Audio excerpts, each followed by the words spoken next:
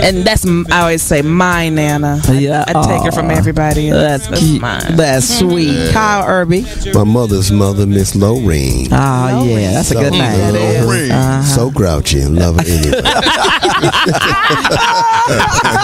Yes, indeed. So my favorite grandma was my daddy's mama, Georgia May Irby. If you broke that bike and it don't work, that's on you, brother.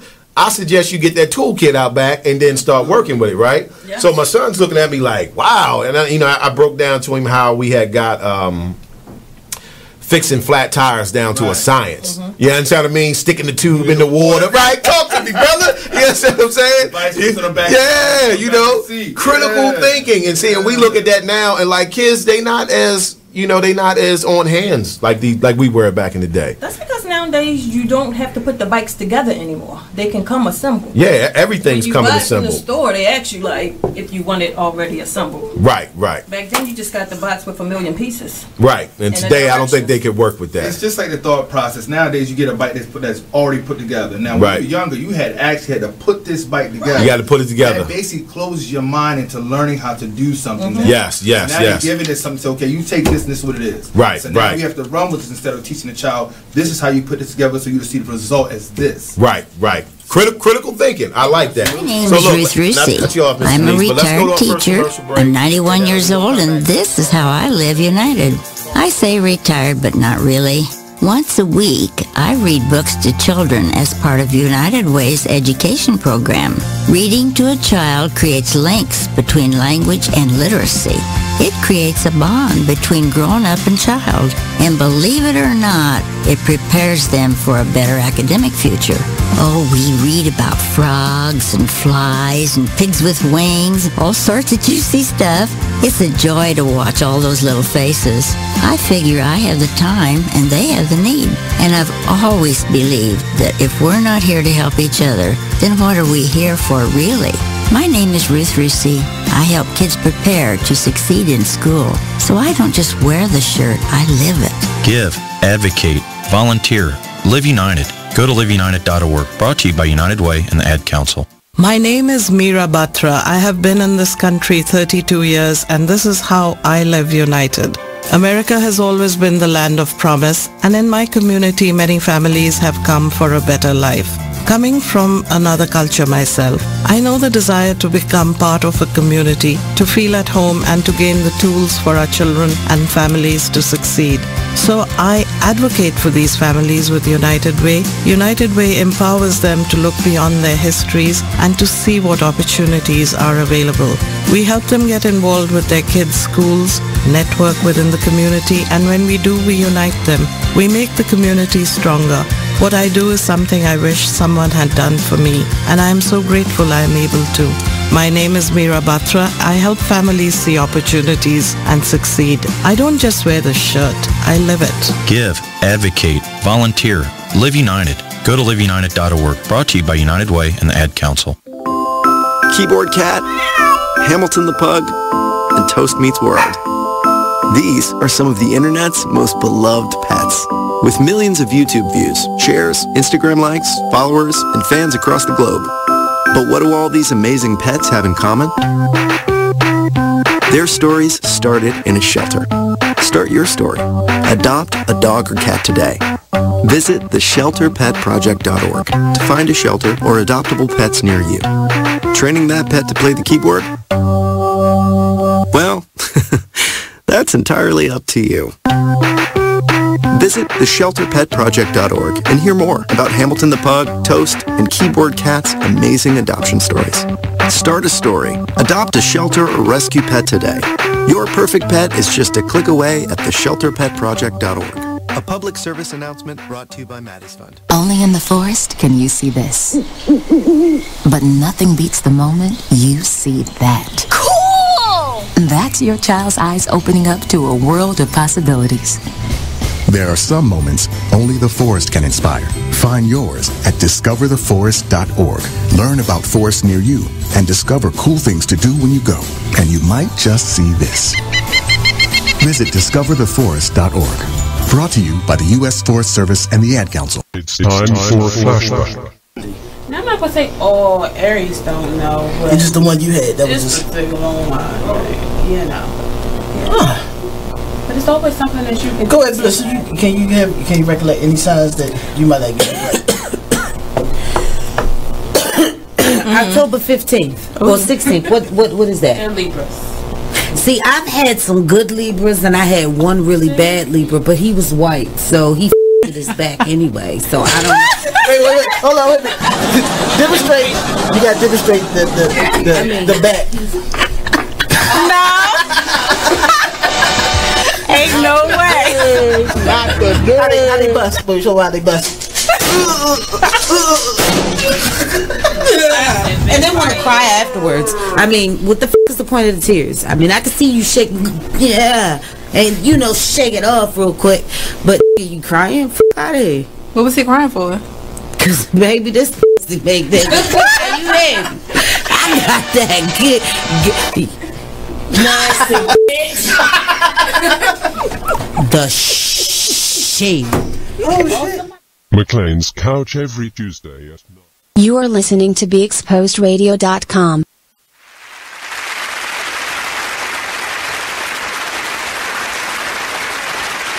Host Brother Mike. Want to thank everybody for tuning in with us today. And as usual, I'm here with my co-host, the lovely Miss Janice. How you doing today, Miss Janice? Very well. Welcome back. Thank you. And also our awesome team member, Miss Samantha Glam by Sam Davis. How you doing today, Miss Dennis? Pretty good. I said Davis, didn't I? I was going to say, did you say Davis? Yeah, Dennis. Sorry about that. Sorry about that. Sam. Glam by Sam. There we go. There we go. So welcome to the Black Bottle Band Radio Show, y'all. Once again, we are back on the air. So today we're going to be talking about hashtag Living While Black. That's the new hashtag that's out here today, right?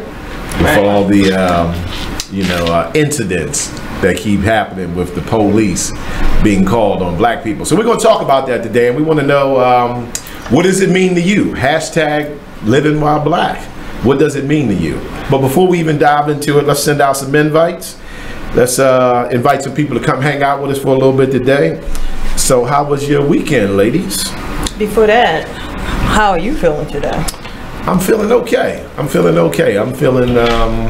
spirited, I'm doing a little better, getting my head back in the game a little bit. I'm feeling real black by demand today. Hey, all right? That's always good. Where my bell at? Let me hit that bell. Slide that over here, please. There we go. Feeling real black by demand today. So how was your weekend though, Miss Janice? Anything eventful? Nothing eventful. Just made it through it? Just made it through. That's what's up. Same with mine. Weather was nice. I enjoyed that. Weather's been good. Again, a whole lot of working. We had a little bit of rain. What day was that? Sunday. Yesterday? Sunday, yeah, yesterday. Yeah, I was in the shop cutting, and then I heard all this rumbling. I'm like, oh man, it's raining out there. So what about you, Miss Dennis? How was your weekend? Yeah, pretty boring, actually. How was your millennial weekend? Because I be lit every weekend. No, I didn't do too much this weekend. No? No. Okay. Nothing eventful? No. Was anything going on this weekend? No? Not really. Just summertime, huh? Oh yeah, because we fresh off fireworks and all that, so yeah, right. I guess it ain't too. There's people still popping off, huh? Yeah, like we're like doing 2 weeks out for 4th of July. They still popping off. Yeah. Okay, that's what's up. Well, I'm glad both of y'all had a good weekend. Hope everybody out there tuning in with us today, I hope you had a good weekend as well. And feel free to chime in with us today as we discuss this topic, hashtag Living While Black. We want to hear from you guys. We want to know what you guys think. So text in with us. We'll try to get to everybody's comments. We're going to see how we feel about this. But before we dive into it, what we got going on in current events? Anything? Miss Janice? Of course, we have the Papa John's. Papa John. Oh, okay. Now you know the sad thing is, remember I just said last week that it's almost impossible to have current events now without it dealing with racism. True. Like that is all the current events today. It's almost like, oh, who did it next? Who's next? Who's going down the line? Who's next? So now we got Papa John. Now I'll tell you what's interesting for me is I have a customer, right, who he's been involved with like Papa John's Pizza for like years, and he worked under Papa John. And he told me this years ago. He was like, dude, he is racist. I said, is he? He was like, man, like I couldn't even stand it when I used to be around him, right? So I remember thinking at that time, like, that's crazy, because like the world doesn't know that. And, you know, black people love Papa John's Pizza. And then here it's then come full circle. You get what I mean? Yep. And you know, it's on the front line now. People starting to see. People love Papa. So yeah, what he did was just so far out of line. You get what I mean? Because it's a little different when you can blame the marketing team, or you can say, you know, the people in sales made a mistake. But when it's you directly, the founder himself, and your name is Papa John, or your name is Michael Kors, like those are companies that we definitely need to boycott. But isn't this situation a little bit different, because this is like they were trying to clean it up, and then he did it again. Didn't he say something before that? Oh yeah, he's made statements before. Yeah, he has, and that is what they do. They'll try to clean it up, but it just goes to show you that hatred is just so deep inside. So whether it's Papa John, Roseanne, it's worth losing millions of dollars to them. You know what I mean? Like it's amazing. That's a deep-seated hatred. So we got Papa John with the inappropriate comments about using the N-word, and hopefully we all, you know, if you're a fan of the Black Body Man radio show, we not buying Papa John's no more, and we petition you to not buy Papa John's no more either. Like, make this man feel the heat. We're not doing no more. Starbucks, Papa John's, H&M, Michael Kors, Tommy Hilfiger. Somebody needs to create that list. We need black clothing lines. That's what we need. Seriously? Black clothing lines and black pizza, whatever that is. Whatever that is. But yeah, because it's getting out of control. But if you think about it, we're going to need a whole lot of black businesses soon. We just need to own everything at this point. Black Wall Street. That's what we need. We need another Black Wall Street. Right. We need to be able to say, listen, we welcome you to come to our stores, but if you demonstrate racism towards us, we're not coming to yours. But you can come to ours. We'll take your money like you've been doing to us for years. But yeah, and I hope that does put, you know, a spirit in the air to make people of color say, well, look, maybe we need to get our own pizza joint, you know? We don't have to wear Michael Kors bags and clothing. You can wear Michael Harrison. You ain't got to buy that. No MK, you can do MH. I'm with it. Let's get it popping. Or you can always wear Black by Demand as well. Oh, look at there. I know that's right, Miss Janice, and that's why you the co-host. On point. You can rock a Black by Demand piece of clothing. Right. We got hoodies, we got sweatshirts, we got swag, you know. Come holler at us. We help get you right. You can walk around proud. Because I will only say the N-word behind your back. I won't do it in your face. Just jokes, everybody. Just jokes. So what else we got going on in current events? Clear those jokes. Anything else? We have Walmart. It's the first black-owned alkaline bottled water brand. Okay, Walmart. We give Walmart the bell on that. So Walmart's the first major company that came forward and is offering an alkaline water that is produced by a black company. Very nice. And then the water's alkaline on top of that. So right now, the only Walmarts that have it is the ones that's in northern Florida. But you can purchase it online. Okay.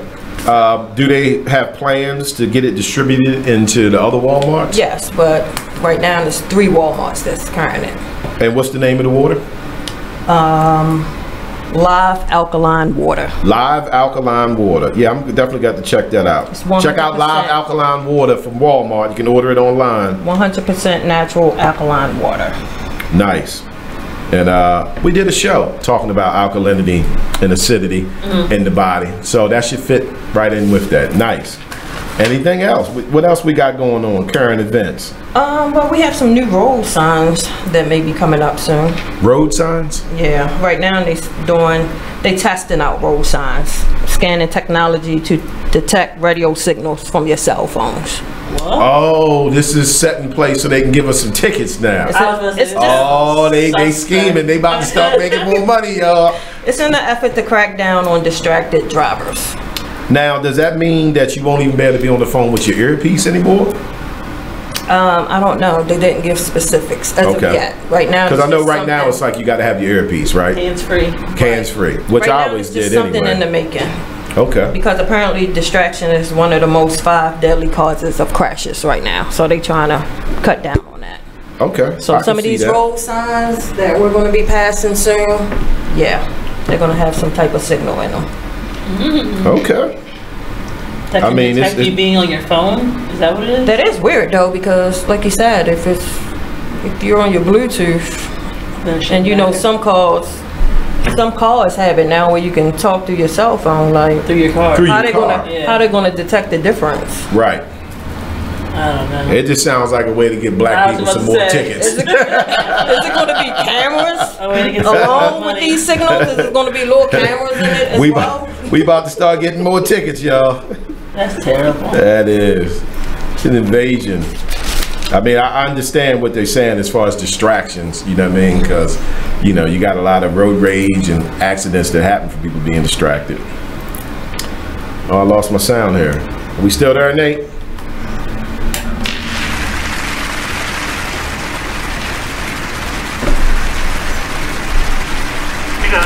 We good? Okay, all right. I had lost it on my phone a little bit there. But yeah, so I get the whole distraction thing. You know, but let's see who it pans out to hurt the most. Us.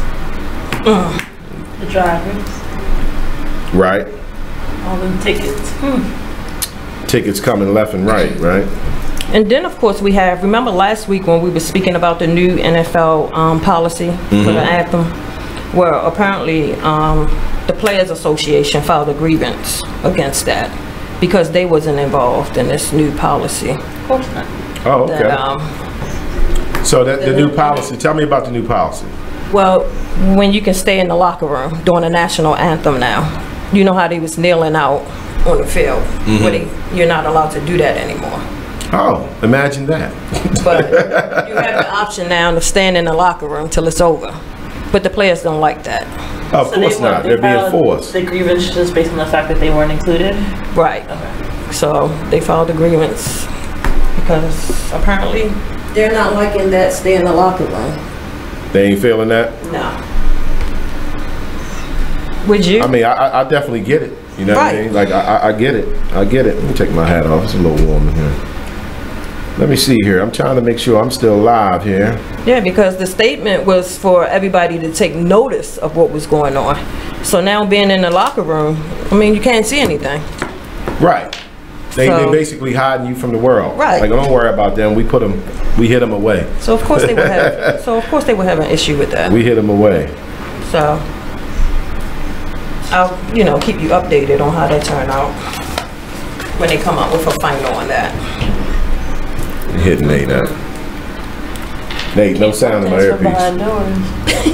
That's the whole thing. No sound in my earpiece, Nate. So keep on. Keep on rocking. All right. Then also, I hate to be picking on Roseanne every week. Hey, that's all right. Bring it up. He said, go ahead. But apparently, she's been nominated for an Emmy for outstanding. Oh, wow. For outstanding lead actress in the comedy show. But the nomination was made prior to the whole ABC pulling. Yeah, I'm sure.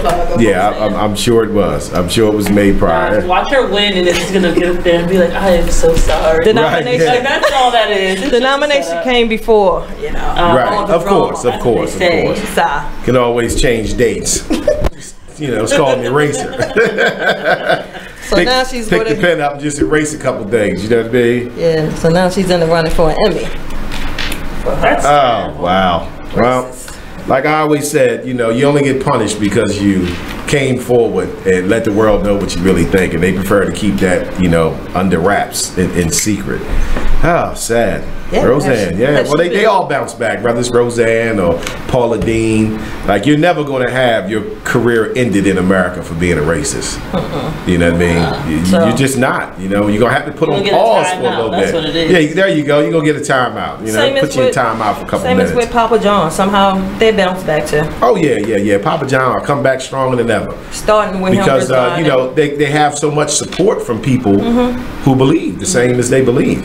Papa John's the company or Papa John the CEO? The CEO, the company, the commercials, the pizza. But they already have a new CEO, so he's probably just going to be somewhere still collecting that check. But listen, don't believe that stuff. All they do is change titles. Hey, trust me, he ain't no new CEO. Everything he doing, Papa John looking at him like, sign that. Sign that right now. Yeah, you have to remember, before all of this, they have people in places to clean up their messes. Yeah. Yes, they do. So you're only in trouble because you got caught. Right. You know, that's the reality of the situation. So that's actually very fitting for today's topic. So for those just tuning in with us, as I said, welcome to the Black Body Man Radio Show. Today we are talking about hashtag living while black. What does it mean to you? So I really want to hear from the audience today. For everybody that's tuning in, what does that mean to you? Are you familiar with the hashtag? Does it mean anything to you? You know, and if so, what does it mean? So let's talk about that. Hashtag about living black. Yeah, let's talk about it because I'm not really familiar. So you're not familiar with it? No. Okay, so you know through social media, like we tend to develop hashtags for everything. Yeah. So because of all the incidents of paranoid white people calling the police on black people for breathing, they developed a hashtag called hashtag living while black. Now the sad thing is, like, the ink's not even dry on the hashtag, and it's still happening. It's still more videos popping up, you know, every day. You know, so yeah, it's just referencing, you know, that these days you can get in trouble just from being black and living. You know, just being black and living. I found a nice article. Okay. Written by the Washington Post. Sister named Stacey Patton and a brother named Anthony Paul Farley. And I really liked, you know, what they were saying in regards to the whole hashtag living while black and the things that are going on. So Paul Butler from The Guardian is another website. He explains that to him it means, you know, the police's job is to uphold racial law and order, and black people can be arrested just for living.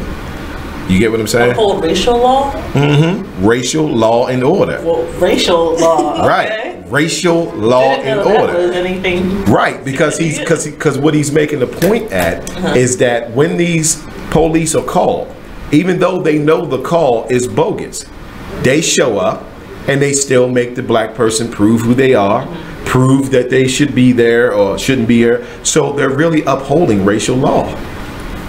See how that works? Right. They're upholding racial law.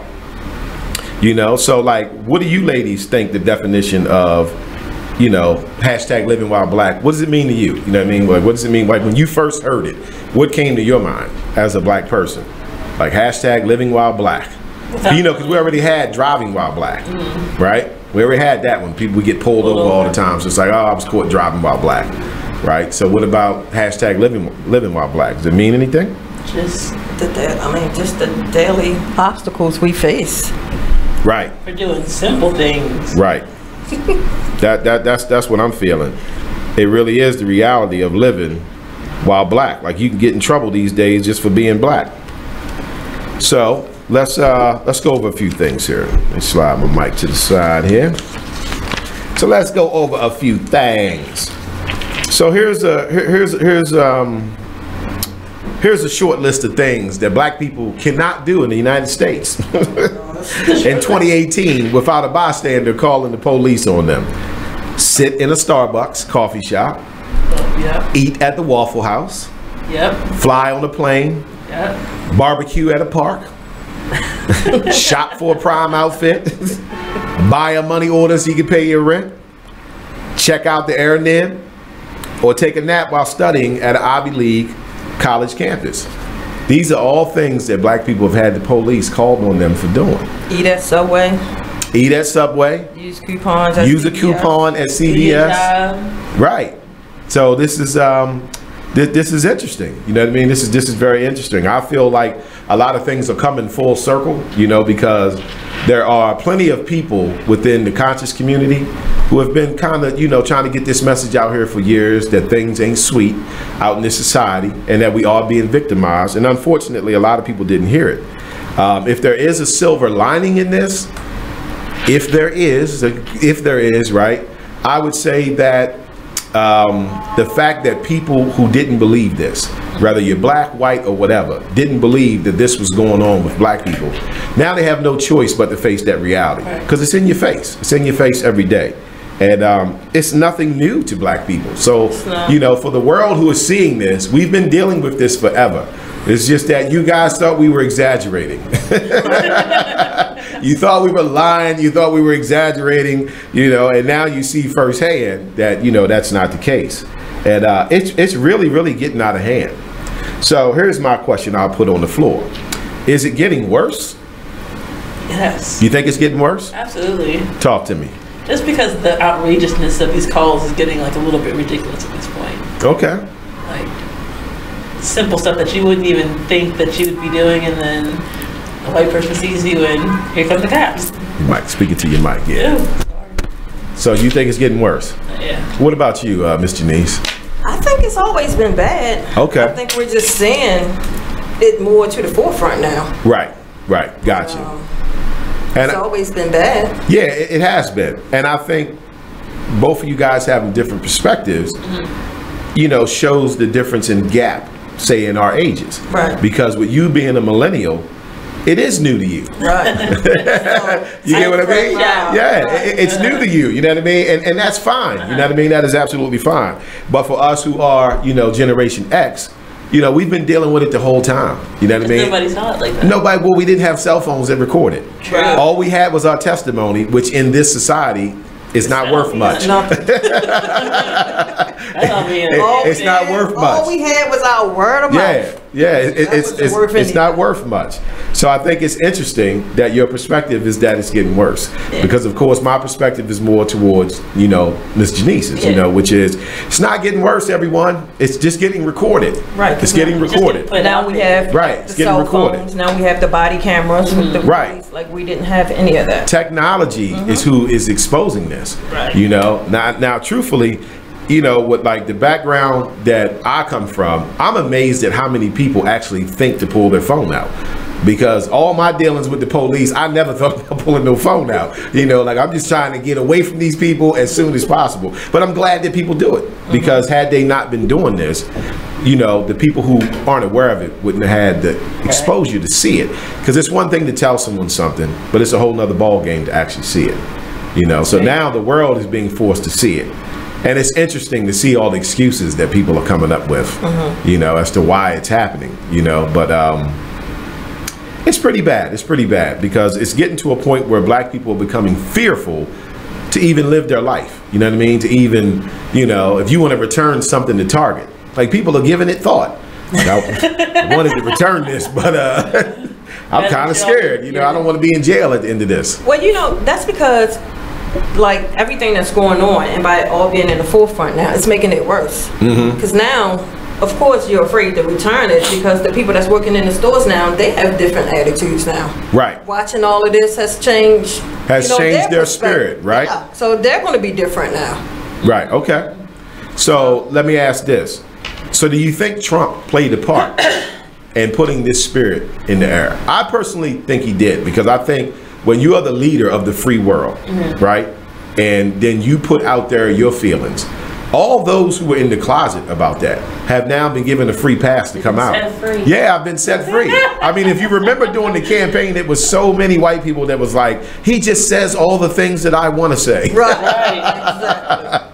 And they were telling the truth. You know what I mean? They were telling the absolute truth. So yeah, I think if there's any angle to go at it being somewhat worse, that would probably be it. Trump's made him more comfortable with not hiding as much, you know what I mean, just coming right out and just, you know, being racist, so forth and so on. That's a great comfort level for it right now. Right, so, right. Yeah, they're very comfortable with it. Very comfortable. I say he had a lot to do with it. Yeah, I think he played a part. So I'll read a little bit from the article. So this is from the Washington Post. So These two people, I'll give their names again in case anybody wants to look the article up. This is Stacey Patton and Anthony Paul Farley. Go ahead, Nate. 1 minute. I couldn't hear you, Nate. Go. 1 minute. Okay. 10-4, good buddy. All right, so I'll read this real quick, right? So he says, when white callers dial 911 and report that black people are engaged in what they report as inappropriate behavior, the worst case scenario is that the police show up with guns blazing. Even in the best case scenario, black folks still probably have to deal with the trauma of having been placed in mortal fear. But most of the time, there is no consequence for the people who weaponize their fear and use the police as an extension of their whiteness. If it wasn't so easy to blatantly call the authorities and report the presence of a black person, there would be fewer incidents and dangerous police overreaction. And black people wouldn't have to be quite so much of a burden on American racism on their own. Very interesting. I like that. See, this is why I picked this article. I think they both nailed a few good points. So we're going to go to break on that. Stay with us. Black by the Man Radio Show. Today we are talking about #Living While Black. And again, we want to hear from you. Don't be scared to speak up. I promise I won't tell you, boss. Stay with us. We'll be back. We scared.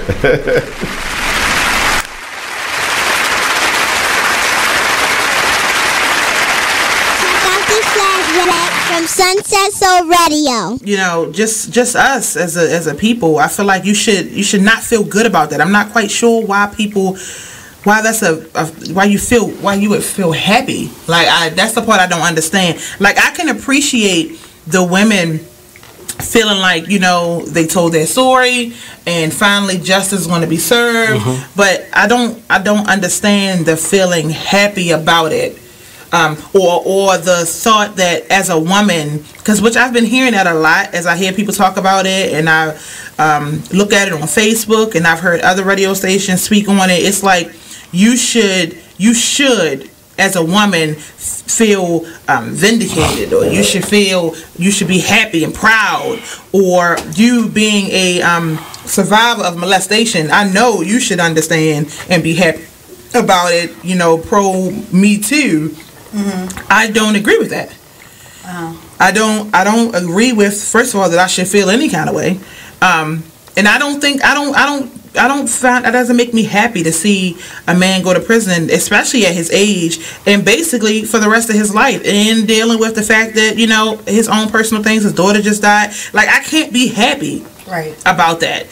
Even if I feel justice is served, I can't be happy about it. I would just say nothing. I would just feel like, okay, we won, justice is served, and that it will be the end of in my opinion, my emotion. But the thing that bothered me is today he had, after the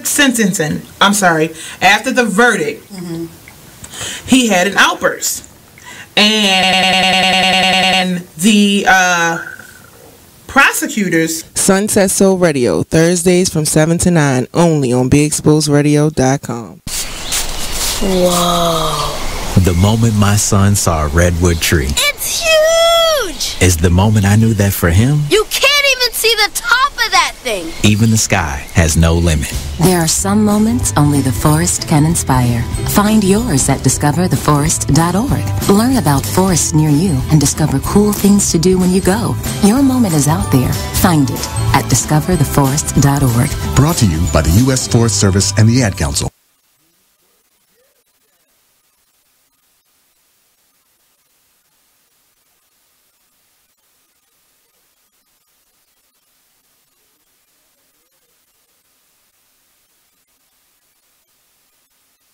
The Inspired Radio Show. Tune in every Wednesday from 7 to 9 p.m. I'll give you an example of mine, and this is real simple, but I know I'm not the only one that this happened to. So I went to Target last night, and I'm shopping. I'm just filling my cart with this and that. Ooh, I like this. Ooh, a little Christmas gift right there. Get to the register.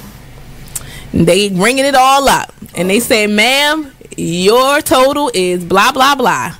I open my wallet, I go in my wallet, and my debit card is not in there. I was caught slipping, y'all. I was caught slipping. slipping. Oh, my wonderful merchandise, I had to leave there at the store because I was caught slipping. I didn't have my card. Now, I know I'm not the only one that has happened to, for sure. Alright, so before I walk into places, I check. I'd be like, hold on, before I go in and touch anything, let me just. I know. I probably will do that now. I probably, hopefully. Join the club that gives you stuff. Hey, thanks! Radio Loyalty. Here's how it works. Just click on the Radio Loyalty banner right now and sign up. Then, you keep on listening like you already do. But now you earn points. Those points add up, and you can trade them in for stuff in the Radio Loyalty store. Earn more points by sharing your station with friends on Facebook and Twitter, answering surveys, and by using the apps in the New Players App Store. Pretty simple, right? Radio Loyalty. Click that banner to join now.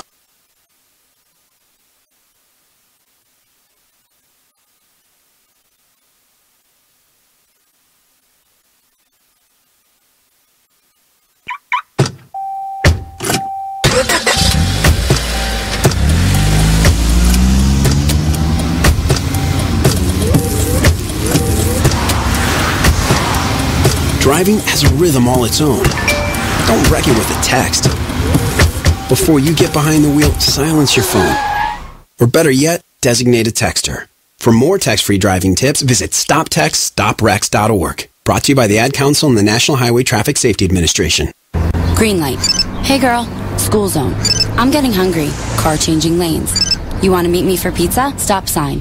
Intersection clear. Yeah, street. Pizza sounds good. Ballin Street? Girlin Street! You are listening to BeExposedRadio.com.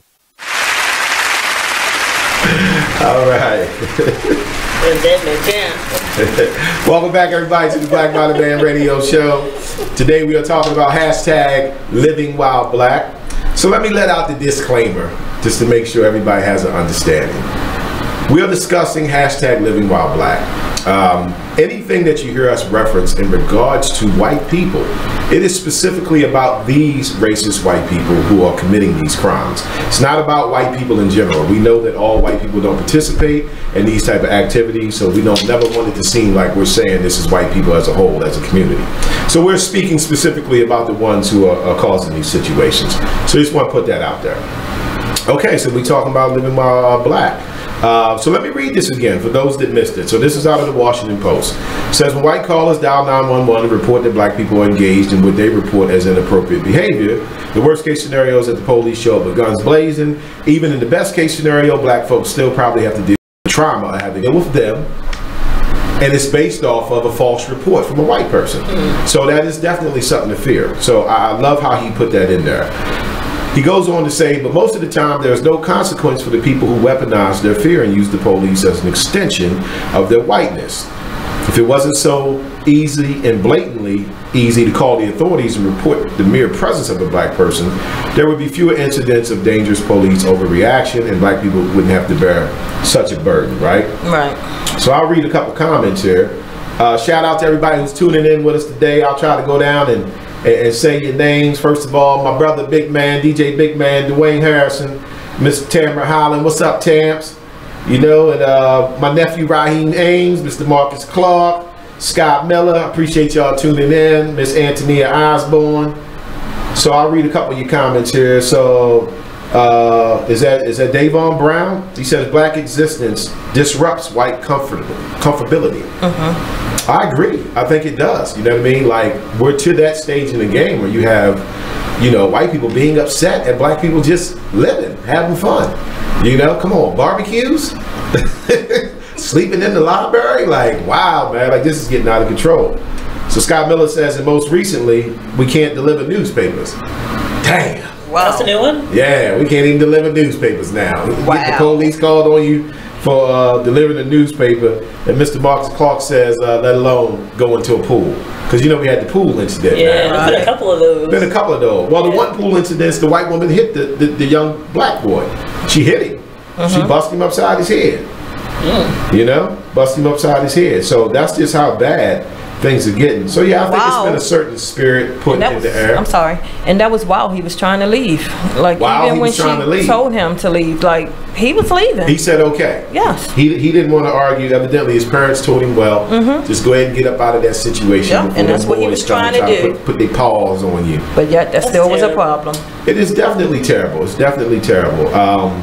So he goes on to say, over the past few years, the country has started to realize how police too often respond to black people who haven't committed a crime, as if they were a deadly threat.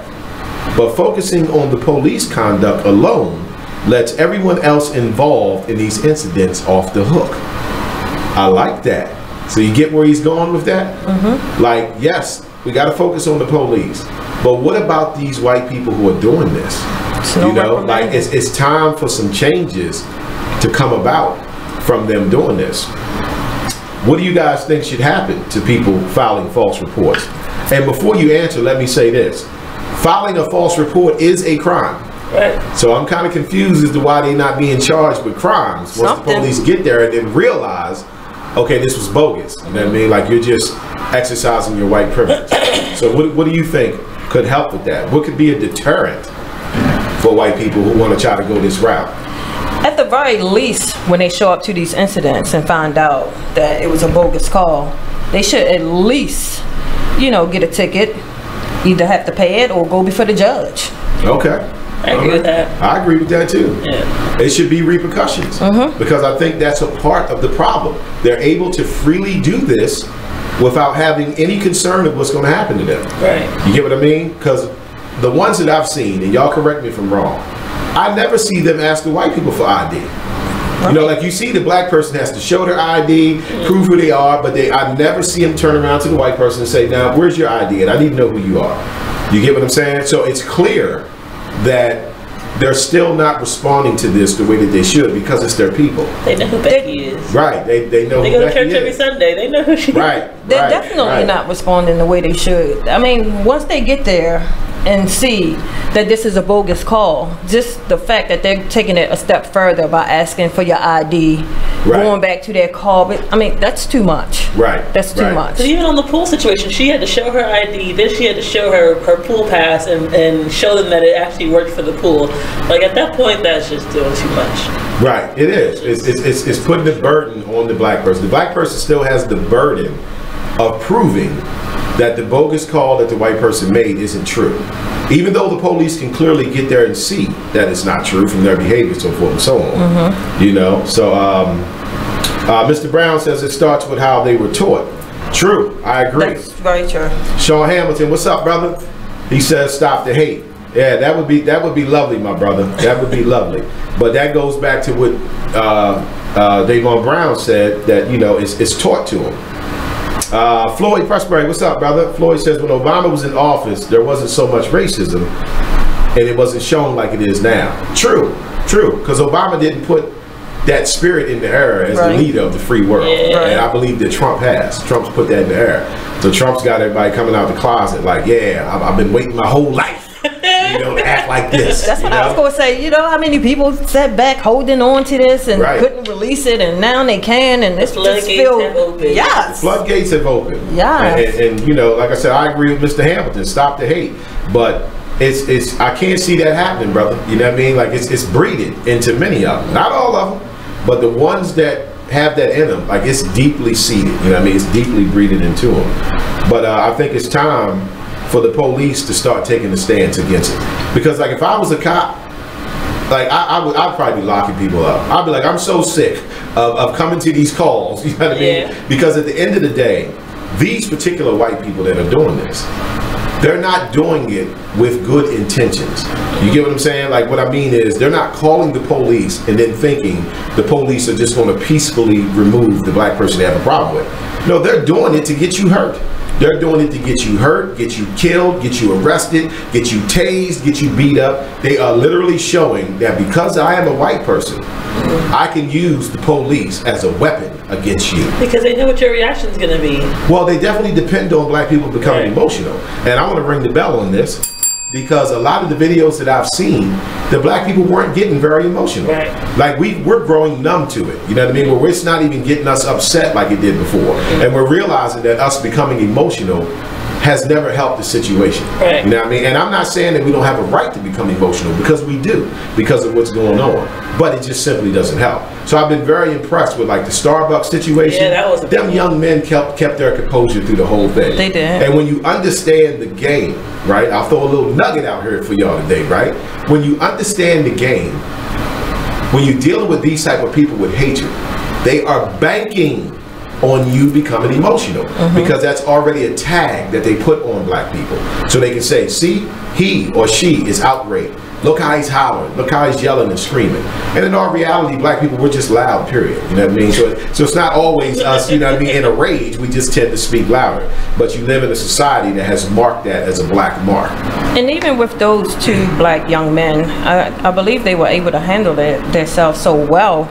It's because they understand that they all hate it. Yes, they are. They like understand. when you have that understanding, you can and will deal with situations better. Right. Yeah, I was very proud of them men.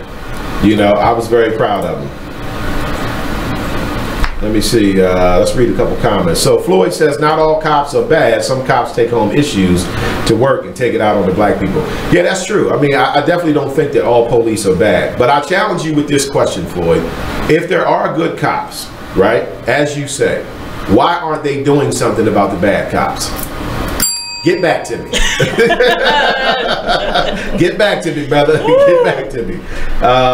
So Dejon Brown, he says, yes, that's the power they all know that they have. And that's the point I'm getting at. They know they have the power to call the police on you and pretty much wreck your life at the drop of a dime. So I want to focus on this. It seems to be more white women than anything, right? You know, like it's a white man in there every now and then, but overall it seems to be white women. Not just white women, but statistically educated white women. So why are educated white women all of a sudden, you know, just overwhelmed with this fear of being around black people? You know, like what do you guys think that's all about? Because it seems to be more women than men. I honestly don't have an answer. I don't know. That's interesting, right? That's interesting, because I saw the one video, I think you saw it too, right? With the one white woman, I forgot what her name was. Yeah, I did. She's somebody. I saw that video. Okay. Yeah, she made a video pleading to white women and saying, what have we become? Right. You know, like we're educated white women and we're out here calling the police on black people for just, you know, being alive, just for living. I was impressed that she did it, because I know she's going to catch some repercussions for that, you know, because she's kind of, you know, going outside of their normal teachings, I'll say. Right. But it seems to be more white women than anything. So what has happened with white women where they've become so scared of black people? Or has anything happened? Is it just them now being able to release their anger and racism that's always been in them and take it out on black people? I would have to go with more of that. With the latter of what I said, right? Yes. Yeah, that's interesting. So again, for those out there with us, you know, we notice that it tends to be more white women. What do we think this is coming from? Like, what's going on with white women? What has happened with the position in this society of a white woman where she has now become so fearful, so paranoid, so filled with anxiety? Because her position has always been right there with her counterpart, which is the white man. So they've always been in the top in this society. So what are you all of a sudden now becoming so anxious about? Maybe that's the only way that she can express how she feels. Like, I don't know if that makes sense, but men, they can verbally get into an argument, they can tell you to your face, but a woman's going to be a little bit more conniving about it and, you know, go through the police to, you know, show how she feels. Did you say women were conniving? Yes. Could you say that again? No, I can't. We're not talking about that right now. Okay, let me stay focused. Stay on topic. Let me stay focused. Woo, so glad you said it, not me. Yeah, I said it. Oh, man. Okay, so in the article, the brother and sister goes on to say, when these white people call the police on black folks, they are not expecting the police to treat black folks politely, but instead to remind them of the consequences for making white people angry or uncomfortable, it could be harassment, unfair prosecution, or death. So that's exactly what I just touched on. Like, they're not doing this and thinking, well, I just wanted the police to remove them. No, they're actually trying to get you hurt. They're trying to get you hurt. And I like the way he worded it. He said it's to remind you that you're not allowed to make white people uncomfortable, even if you don't know you're doing that in any way, shape, or form, or they're going to bring consequences down on you. Yeah, I definitely believe they're doing this on purpose. They want the police to show up, get your ID, hopefully find a warrant, old parking ticket, something. Right. That person, they have to have something on them, and I need you to find it. Right. You know, at a minimum, they're black. Right. So at a minimum, remove them from my sight. Yes. Be gone. At a minimum, get them out of here. Be gone. Get them out of here. So yeah, I would just like to know, you know, for those in the audience, if you have an opinion as to why this seems to be like happening with a lot of educated white women. You know, we're kind of curious as to what, you know, people think as to why it's happening with them so much. You know, because you have white men, you have white women, you have white children. You understand what I mean? But why does it seem to be the white women? You know, like they're ducking, hiding around corners, trying to call the police. Like, what is going on? What is happening? Yeah, what is going on? What is happening? Copy. Yeah, what exactly is going on? There's been some fear planted in them somewhere along the lines. So I have figured out that much. There's some fear and anxiety going on here. But I'll give you my take on it though. But let's go to another commercial break. Stay with us, Black by the Man Radio Show. Yeah, I have an interesting perspective. He's dead. 6 years after he passed away. It states she reportedly had heard rumors, but nothing substantial. But then you put the rumors to while death. They were still married. You sentenced the rumors to death. While they still were married, she heard rumors. Right. Or probably all her life she's heard rumors. Like, you're dating, you know you're dating your dad, right? Y'all look just alike. I'm like, girl, somebody told me you dating your father. You know, that's what kind of people. You know he gay, right, Percy? Please, why are you laughing at him? Don't laugh at him. Please don't. Okay, let me continue with the story. Oh, man. Even today, it's still funny. Oh my gosh, if you haven't heard this show, it's Talk Lately, and it's only on BeExposedRadio.com every Tuesday at 7 p.m. and on YouTube. Just go to Be Exposed Radio.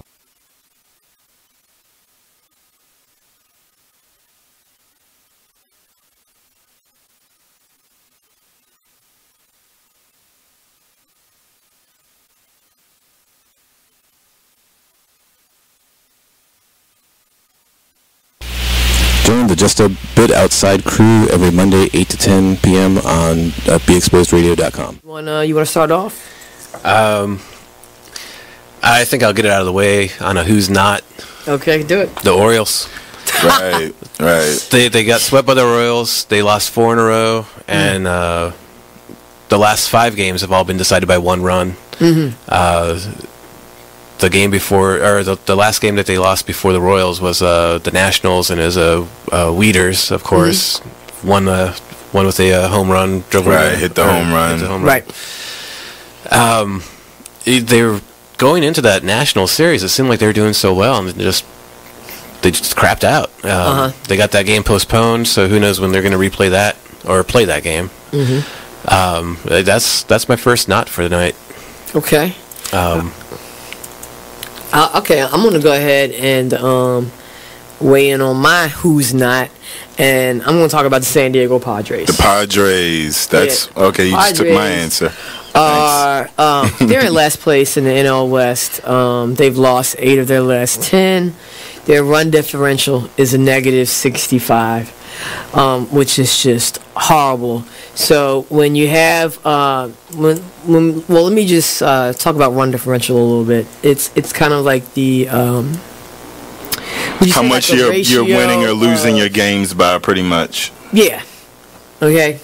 it's like the margin of victory, kind of. Right. So when you're in a negative number, that means that you're. Then your average game, you're losing by a whole lot. Right. I mean, a number like negative 65, this early into the. You are listening to BeExposedRadio.com. Black Body Man Radio Show. Today we are talking about hashtag Living While Black. So we want to hear from you guys today. Text in with us live. Tell us what you think, what that means to you. Hashtag Living While Black. And give us your thoughts. Give us your thoughts. Now, with us being the Black Body Man Radio Show, of course we had to tackle hashtag Living While Black. It just it wouldn't have been right if we didn't. This is black media, so we're giving it to you raw. So so we was going over what do we think is going on with these white women in particular, because they seem to be dominating the phone calls. Some type of anxiety has been put in them. Did Trump play a part in that? I would guess he did. I would guess he did. But it is amazing. It is amazing, like how brazen and how bold, some of these people are becoming. Like they're really trying to go back to like the Jim Crow era, where they want to have black people walking around being afraid to even be in the area. Maybe you should come to the pool and go to the white people and say, hey, is it okay if I be here? I live here, and I have a permit to be at this pool, but I want to make sure it's okay with you guys. They mess around, tell you no. No, it's not. I'd like to be here with my family today. All right, so let's read another comment here. This is from Mr. Brown. He says, during slavery, women, suffrage movement, etc., no matter how educated they have been, they still marry and bore children with the oppressive white men. Okay. They connect with their whiteness more than being a woman, who in many ways are considered second class, but only to white men. Wow, that is very interesting, bro. So he's saying, this is bred into them, and they connect with their whiteness before they even connect with being a woman. Wow, that's serious. That is serious, and I never looked at that perspective. Thank you for that perspective, brother. That is very interesting. That's a very good perspective, because that does seem to be what's going on. Because being a woman, if you look at, they're even calling the police on women. Look at that perspective on children, little girls. So I'm saying, as women, there's supposed to be a connection there. Just woman to woman, because you know what I mean. So that's a very valid point. When he's like, no, they take their whiteness before they even take the side of even being a woman. Wow. Okay, I like that. That's an interesting perspective there. Just thank you, Brother Brown. That's what we appreciate. That's what we want. We want people active. Tell us what you're thinking. This show deals with facts, perspectives, and opinions. Sometimes you'll hear the facts. Sometimes you'll hear perspectives. Sometimes you hear opinions, but we respect it all. That was good.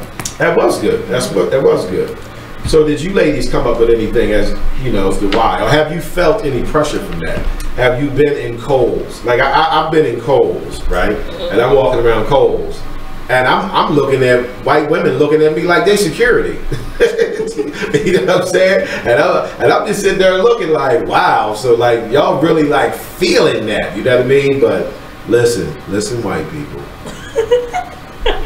I'm not the one. I'm not the one.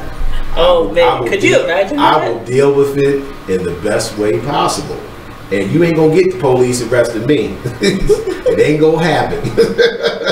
I ain't getting upset. I'm not getting irate. You just gonna be dealt with the BBD way. But anyway, enough about me. But like I see it, I feel it. You know what I mean? Like, maybe y'all can relate to this. Martin Lawrence poked fun at this on his stand-up special back in the day, You So Crazy. But what he said was, white people act different when they're in their area. Mm-hmm. So the white people you deal with, say in the black area, who's in that Walmart, they're going to be a little different when you go to the white Walmart and then you deal with them people. Yeah. So he kind of poked fun at that, right? So it's seeming like now, even those borders have been erased. Like they up in, the black areas, the black Walmart looking at you like what? I wish you would. I had them boys locking you up. Oh my goodness. Isn't that crazy? Mm-hmm. Isn't that crazy? Crazy but true. All right, so in the article, they say these incidents aren't new. Blackness was a crime, a conviction, and a life sentence for most of our history.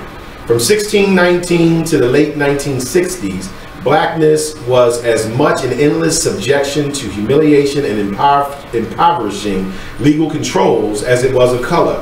What we are witnessing today is the continuation of a racist American system with deep historical roots. Private citizens and police use feckless interpretations of the law to convert blackness into criminal trespassers. This is about repression, projection, the sublime pleasure of anti-black racism, and the result too often looks like a return of the Jim Crow era. For these callers, as for many white people during the segregated period, racism is a great source of enjoyment, from voter suppression to mass lynchings. These callers are absolutely not afraid, and they are not making a mistake. They are amused. They knowingly enjoy tormenting black people under the guise of their own trumped up fear. Serious. Interesting. Say it again, Nick. 30 seconds. Copy. Yeah, that's interesting. He's saying this is just a continuation. Like this has been going on. And I find it interesting that he said they enjoy it. When you think about it like that, it does make a lot of sense, though. It does make a lot of sense, right? There's enjoyment getting out of it. Right. This is good dinner conversation. How was your day today, honey? Oh, marvelous. I was in Starbucks and I got about 3 of them thrown out. It's like they're having a competition. The competition, right? All right, we up on another commercial break. Stay with us, Black by the Band radio show. Oh, yeah, that's funny, right? That's good dinner talk.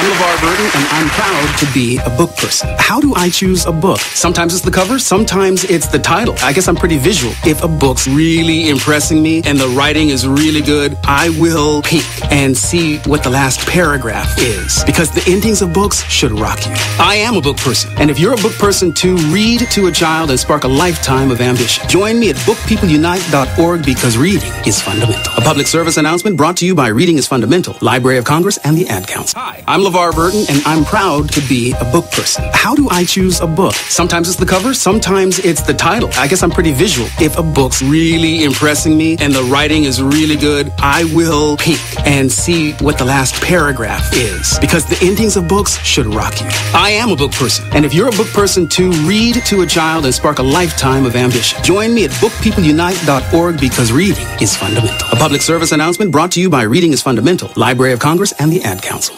Green light. Hey girl, school zone. I'm getting hungry. Car changing lanes. You want to meet me for pizza? Stop sign. Intersection clear. Yeah, street. Pizza sounds good. Ballin Street? Girlin Street! It's hard to concentrate on two things at once, like texting and driving. Stop the text, stop the wrecks. How will you stop texting and driving? Tell us at stoptextstopwrecks.org. Brought to you by the National Highway Traffic Safety Administration and the Ad Council. You're now listening to BeExposedRadio.com. Check out this fire flashback. We need to relearn what it is to be these bosses and how we conduct ourselves as business-minded individuals and just people in general.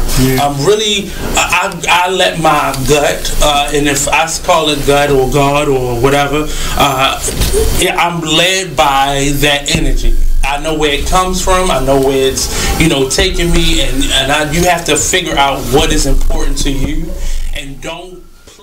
You are listening to BeExposedRadio.com.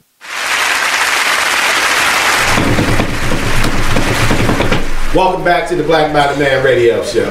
In case you missed it, we talked about hashtag Living While Black today. I can't deal. So let me read the last part of this article. Well, it's not the very last part, but the last part of what I just read. So this article is from the Washington Post. And he says, for these callers, As for many white people doing segregation and racism, it's a great source of enjoyment, from voter suppression to mass lynchings. These callers are absolutely not afraid, and they are not making a mistake. They are amused. They knowingly enjoy tormenting black people under the guise of their own trumped up fear. So for the audience, do you think that these particular white people who do this are actually receiving enjoyment from this? Or is it really just a bunch of fear in them, anxiety? We want to hear from you. Let us know what you're thinking. Ladies, you think they're enjoying it? I believe so. I believe this is pure enjoyment. I can't imagine somebody afraid that somebody just pulled out a coupon to use while buying a product. I can't imagine them being afraid of the that. CVS, right? The coupon. But I can't imagine the joy in their mind that, you know what, I'm about to call the police on you. Power. Like. Right? Yeah. Power. That's power. That's what it boils down to. Yeah, that's power. It's showing you power. I will call my team members on you and get you taken out of here in the worst way possible. No, matter of fact, I might even get you killed. How about that? That's power. You get what I'm saying? That's power. So they definitely enjoyed it. How could you not enjoy it? Because if you didn't enjoy it, you really thought that what you were doing was correct, you wouldn't be hiding behind stuff. True. You know what I'm saying? You wouldn't put hoods on your head. You wouldn't put glasses on. You wouldn't run when somebody's recording you, calling them. You'd stand tall. You'd be like, look, I'm calling. That's right. I'm calling them boys because y'all over here doing illegal stuff. So I think it is a source of enjoyment coming up out of it. And again, you know, the anxiety in America itself. The last time I had checked the statistics, they sell more anxiety medication in America to white people than like all the rest of the world combined. Yeah, you know what I mean? Like, right, exactly. I know you can vouch for that, right? You know, like, it's a lot of anxiety being built up in them, and nobody seems to really pinpoint exactly what's going on. Where's all this fear coming from? Now, I have a few ideas. Man, I got a few ideas. Let's get some of those ideas. Well, I think that right now, there are things that like black people may not pay attention to, that white people do pay attention to. You know, like for instance, unbeknownst to us, like the white population is reducing. I remember you saying that. That's right. There are more white people dying from drugs and old age than there is white children being born. Now, for me, that's an act of God. But, you know, I'm just a messenger. You get what I'm saying? So I believe that plays a part. You know, 2018, white people are on the brink of facing something that they never thought they would have to face, which is the possibility of becoming a minority. Everybody is still multiplying. I mean, right now, the Spanish, in particular, outnumber black people. Black people are 44 million. Spanish are like 53, 57. You get what I'm saying? And I forgot the exact numbers on white people, but their numbers are reducing if you check the statistics. And I think that is putting fear in them. You know what I mean? Because when you have a history that isn't the most pleasant, and then the people that you've done that with are reaching a point where in the future they may outnumber you. It's scared. Yeah, who knows what might happen? You know what I mean? Like, I think it's a little fear being put in place from that. And then that's a combination of other things that are going on, you know, such as other ethnic groups, you know, are starting to realize certain things about American society. You know what I mean? And we're fighting harder to get our own.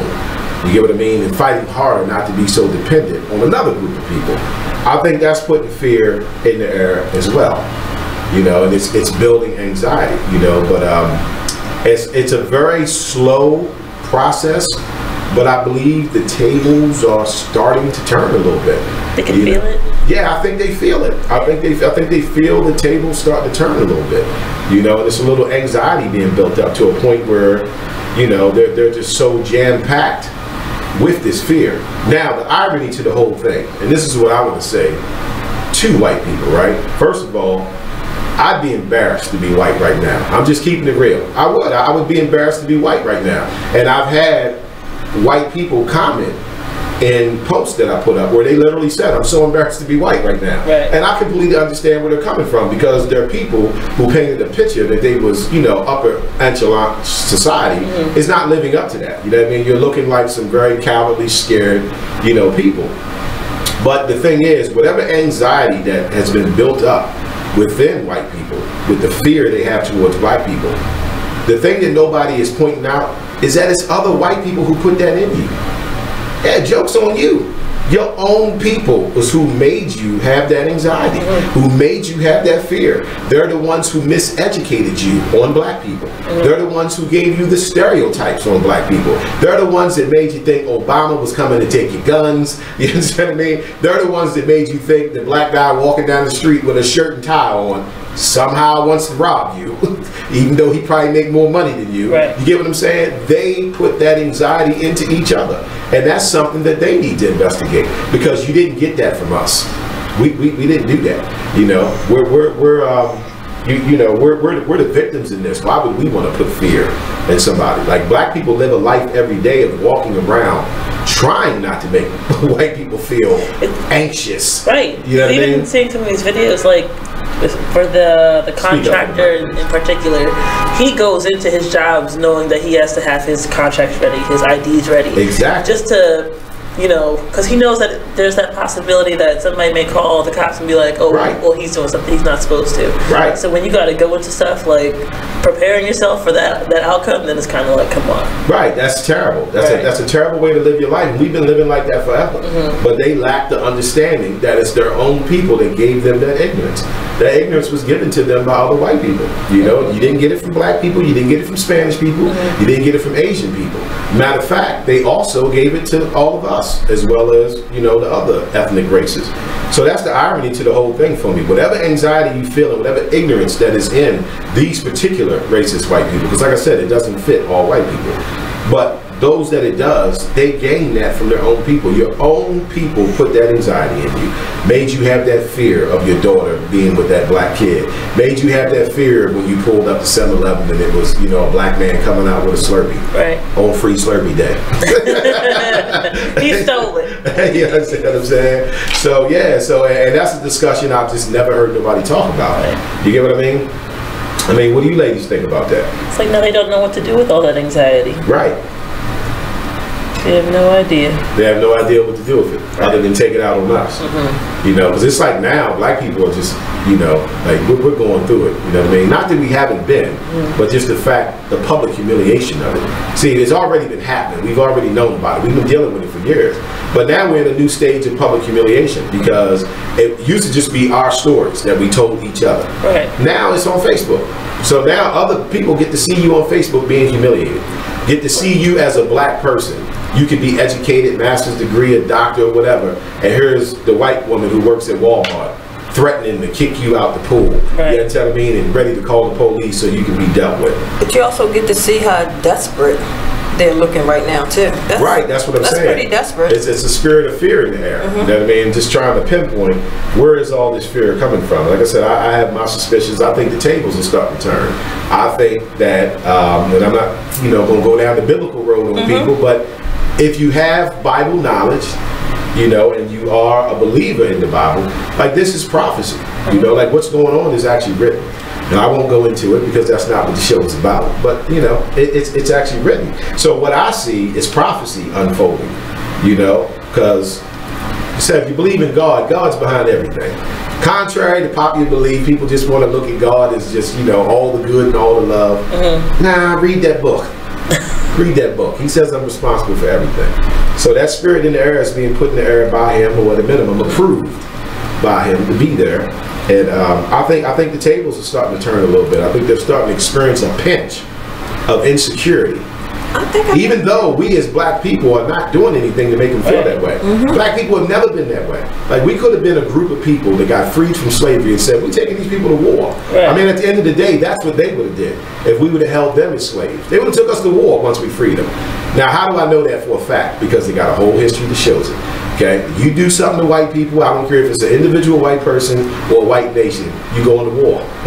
You go into war. We just wanted to be free. Hey, just leave me alone. You get what I mean? Just let me do my thing. I ain't trying to pay you back for what you did. Just let me do my thing, right? So it's definitely not us that's making them feel, you know, this anxiety. You know, through psychological warfare and mental conditioning, black people in general want white people to see them as being pleasant. I mean, that's how they trained us. You know what I mean? Like, you couldn't be adopted into their society through the Jim Crow era and all that unless you showed them that you operated the way they operated. Well, that's still in play. That's why everybody at their job has to be careful. You know what I mean? Black people don't have the same freedom.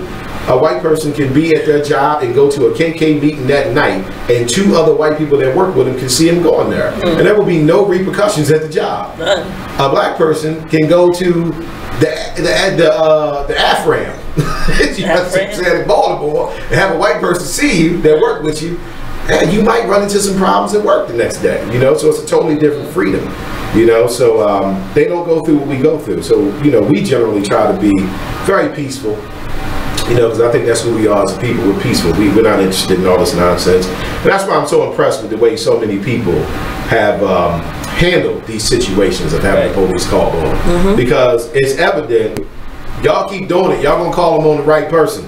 Because we got some peoples amongst us that don't play that. And it's gonna get real ugly when you get that right black person that you talking about, well, I'm calling the police because you breathing. I don't know. Might get ugly after that. Yeah, but that. So again, Mr. Brown says be sharing spaces with each other more than ever. Yeah, true. I agree. We are starting to share spaces. So with that comment being made, I'll throw something out there. Maybe black people should consider the spaces that they go to. Maybe you should stop trying to be in these spaces that are dominated by white people. I'm just saying, as an option, even if you're not, to avoid it. True. Even if you're not, but I'm just saying you have that option. Right. You know what I mean? See, like, we come from an era where we had to avoid certain dealings when it came to white people. You know, so if you knew that something was majority white people, our parents might have said, no, we don't want you going to that. Don't go to that, because all it's going to take is one of them to have a problem with you. And then all the rest of them going to co-sign it. You know what I mean? Which we've all seen. So maybe we should reconsider swimming in their pools. You understand what I mean? Going to their stores. Now, I know that can be challenging because they own everything. You get what I'm saying? But at least it's something we can put on the table and say, hey, well, here's an option. You know, here's an option. Because right now, I don't see anyone giving any particular options on how to deal with it. You ladies have any options in mind as far as what we can advise black people on dealing with these situations? Because I can tell you how I handle it, right? 9 out of 10, you know, I talk shit and joke and all that, but 9 out of 10, I'm just leaving. But that's only because I'm of my age and I've been through enough with them throughout my life. I'm just leaving, you know what I mean? I'm getting out of there. But I completely understand the black people who don't, because you don't have to do that. Right. You know what I mean? That's just my choice. I'm just leaving because, like I said, I've been through enough. You know what I mean? But as you get older, you do things slightly different. You know what I mean? But a younger millennial, definitely more spirited, more fiery. Right. And I'm with you. I'm with you. My option is I'm just going to try to avoid it altogether. Right. If I don't have to walk in that store, I'm not going in there. So right. I agree. Because at the end of the day, that could be a really cool way to force their hand. Because unbeknownst to black people, white people can't survive without us. You think it ain't so? I'm telling you, they get all their money from us. Right. I'm just keeping it 100. This is the Black by the Man radio show. So anything that we decide that we're going to stop dealing with, oh, you can hurt them that way. You know, so if enough businesses get hurt by black people saying, we're not giving you our money, we're not coming to your pool, we're not coming in your Starbucks, we're not buying your clothes from H&M, oh, it'll be other white people that'll get involved and say, look, this shit got to end. Because they messing up our money. You understand what I'm saying? And I mean, so if we got to go that route, we go that route. You know, but point being, we got to start discussing solutions instead of just sitting back watching it. And that's the whole big problem right now. Like, we aren't discussing some solutions. We're just sitting back kind of peeping it like, oh, that's messed up. Right. Just kind of riding it out like we always do. Right. And just wait until it all blow over. What should we be telling our kids? You know what I mean? Like, what could we tell our children to prepare them in case this situation was to happen? What would be your best advice? Because we got options. Right. You know, as far as what you can tell your child to do. I'll start with you because you're a millennial. Now you have a child. I have a young child. You have a young child. But eventually, she's going to be of a certain age. What advice could you give her in those situations? I think in my case, I would give her advice that would be along the lines of causing the least amount of problems. Like if it's walking away or leaving, right? Whatever would cause de-escalation of the situation. Just because she is a black child, and no matter how late she is, she's a black child, then it could be as serious as her life being endangered. So I think that would be like the most realistic choice. Yeah, the most realistic thing that I would tell her.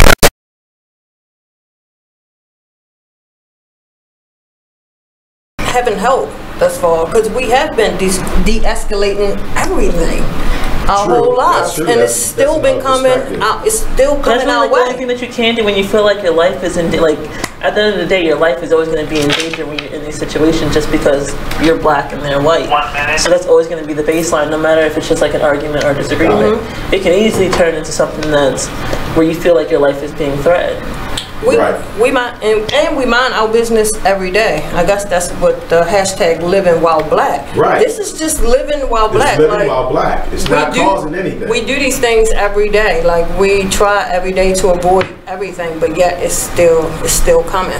Yeah, I think the average black person walks around on eggshells. So that's what when they're amongst white people, because any little thing could trigger security, investigations, police. You don't want to be black, acting black in a white area. Like that's just like asking for trouble.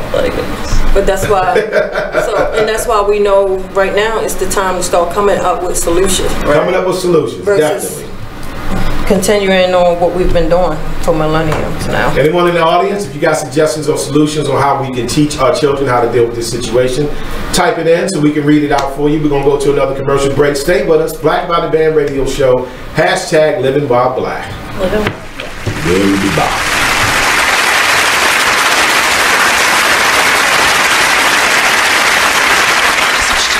Show every Friday 7 p.m. to 9 p.m. every Saturday 12 p.m. to 2 p.m. Real artist, real talk, real live on BeExposedRadio.com. I was meeting with a friend yesterday, and I've gotten to the point where don't ask me a question because the truth is going to come out.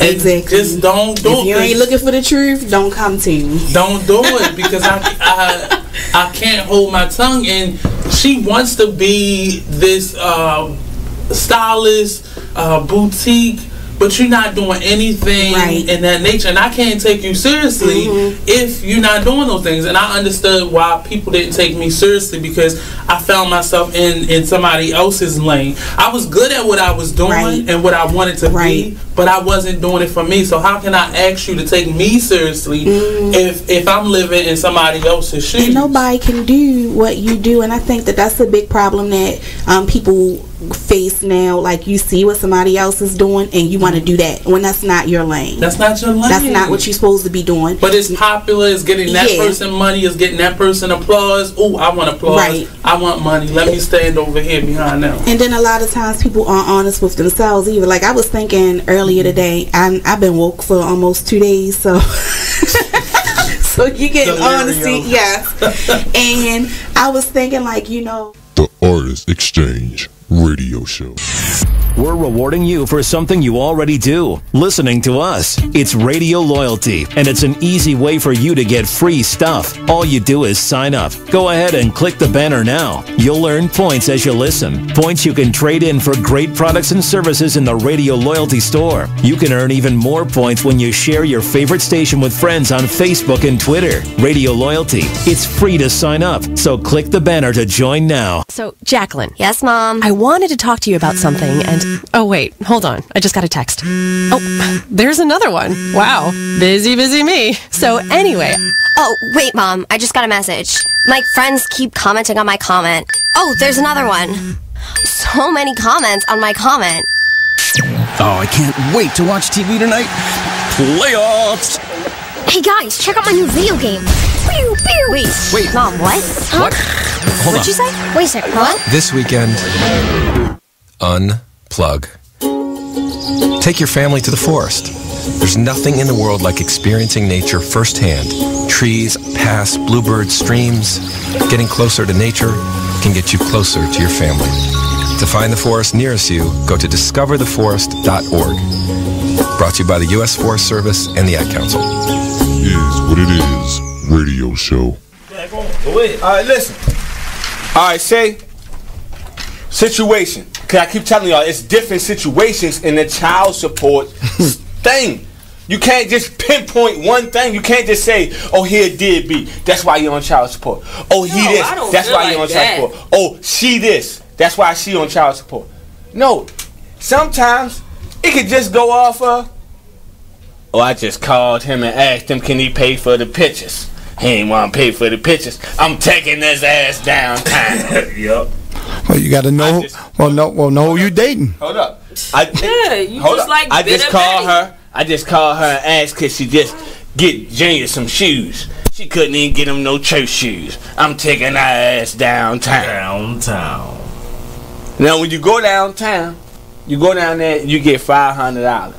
Right. Now you mad because you getting $500, and now you really ain't getting no shoes for Junior or Lord CC because you getting $500 now.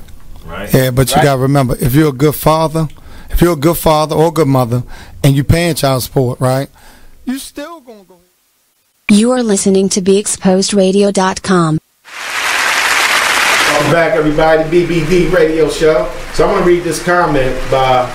Say his name again, Javon? Javon. I'm sorry if I messed your name up, brother, but I'm happy you participated with us today.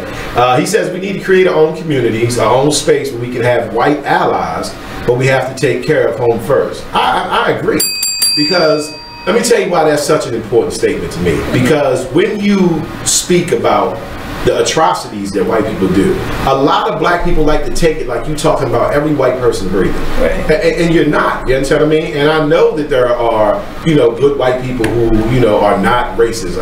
I've seen the pictures of the civil rights movement. I've seen pictures of white people sitting at the counter with black people getting food thrown on them with a white mob behind them, blood coming down the side of their face. So I'm aware of that. So I like how he said, you can have white allies. It's not a thing of no white people allowed. No, it's no racist white people. If you have that racist background, then we don't need to be dealing with you.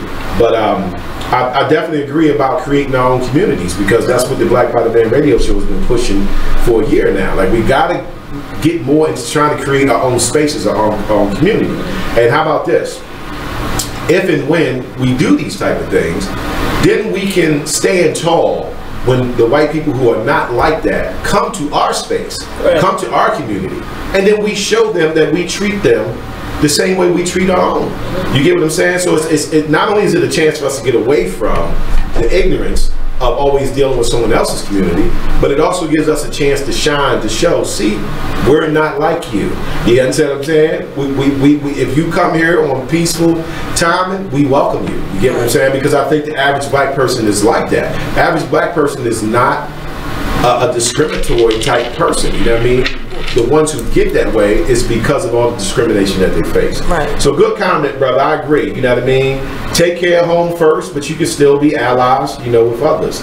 He also says inspire our children to be lawyers and politicians and entrepreneurs. And I agree with that 110%. Right. Because that's also a part of the problem. Like, you're either going to inspire your children to become a part of the system making the laws, so forth and so on, right? Or inspire them to help build our own. One or the other. We either got to get people in there that can deal with these situations and say, I'm not going to let this keep happening to my people. Or we just say, okay, the hell with their system altogether. And have our own. We'll just have our own system. Which, by the way, that's where my vote's at. You know what I'm saying? That's what you voting for? Yeah, that's where my vote's at. I mean, what's wrong with that? Like, black people hear that and like they lose their damn mind. That's racist. You shouldn't be like that. Well, what do you think Asian people do? When's the last time you seen an Asian politician? Yeah, I'm gonna just set that right on the table and I'm gonna wait for somebody to answer me on that. Yeah, you don't, because they're not here trying to infiltrate people who they know ain't gonna treat them right. They're trying to build their own in the midst of it. There's no Asian politicians. Right. But look at black people. We don't vote enough, and that's the problem. Brother, listen, I don't want to sound like a heretic because of the things we went through to get a vote. But the history has proven, up to this very day, it hasn't done anything. Wouldn't that be easier to do, to just have your own stuff separate than trying to force your way into somebody else's area? I don't know if it would be easier to do, because white people in particular, racist white people, have proven that if you do that, we're going to come burn it down. Yeah. Black Wall Street. We're going to take it from you. Right. You know what I mean? I had a brother, one day we was talking about land, and he was kind of upset. He was like, it kind of pisses me off that, like black people, we don't have land. Like white people have land that they pass down through their children, generation to generation. And he was like, and we don't have that, you know what I mean? And I had to correct him. I said, I feel your frustration, but understand this, we did have that, bro. They took it from us. And see, he didn't know that. He honestly thought that black people just never owned any land, never owned any horses, never owned a farm. And I've said, that's not correct, brother. They took it from us. And you have to understand the land and stuff that they got it for free. So when you see farms and some white person got 1,600 acres of land, like, they didn't pay for that. You know what I'm saying? That was given to their great grandfather for free, right. And it came with the free tools to work the land, and it came with slaves, and all they had to do was pass it down. See, so we lack the education of how things really are. I mean, I could appreciate what he was saying, because he's like, we need to get more land and stuff, but I wanted him to know we did have it, brother. They took it. You know what I mean? They took it away.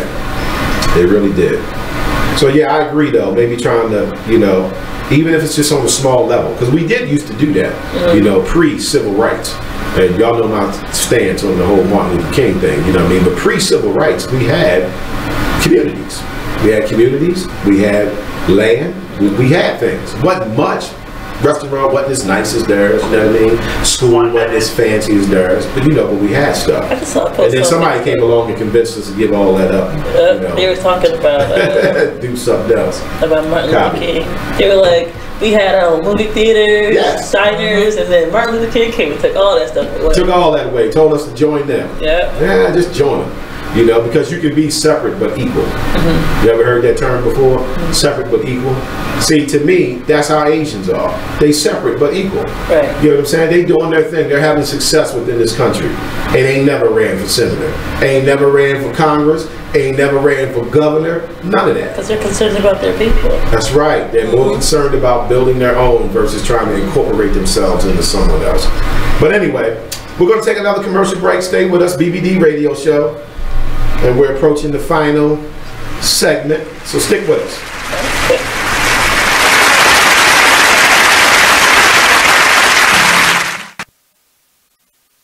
You are listening to BeExposedRadio.com.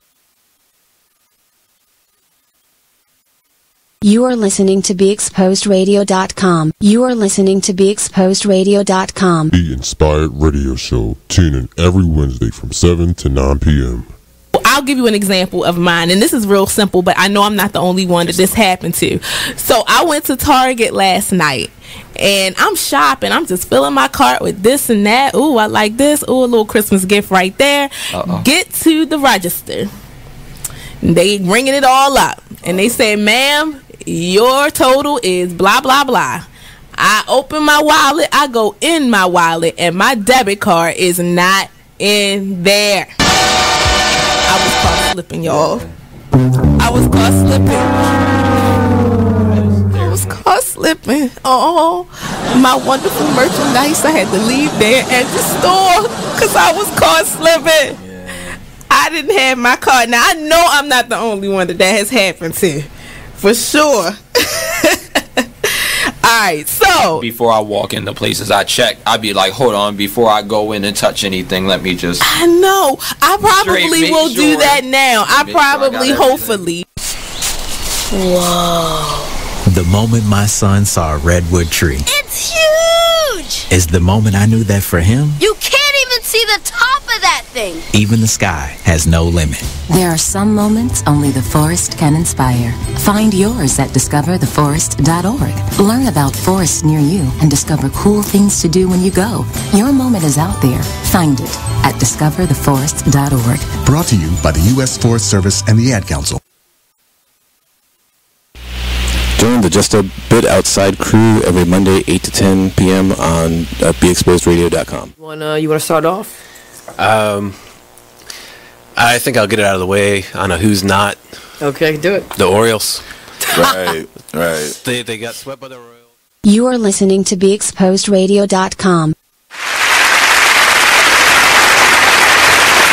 So, we are finishing up with my co-host, the lovely Miss Janice, and our awesome team member, Samantha Glenn by Sam David. No, I'm joking. Dennis. You just set it up enough times to know. You trying to change your last name, Samantha. Right.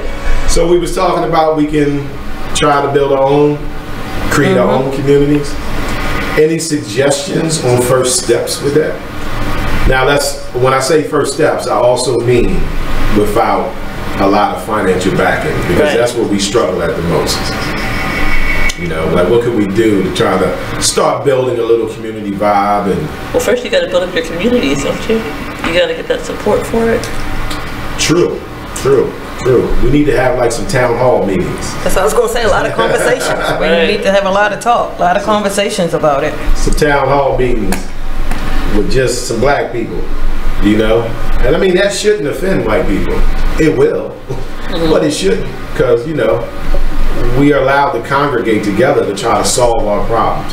White people should be happy about that. You know, I think black people go to white people too much to solve our problems. You know what I mean? Like, we need to start solving our own problems. Yeah, a lot of conversations on it.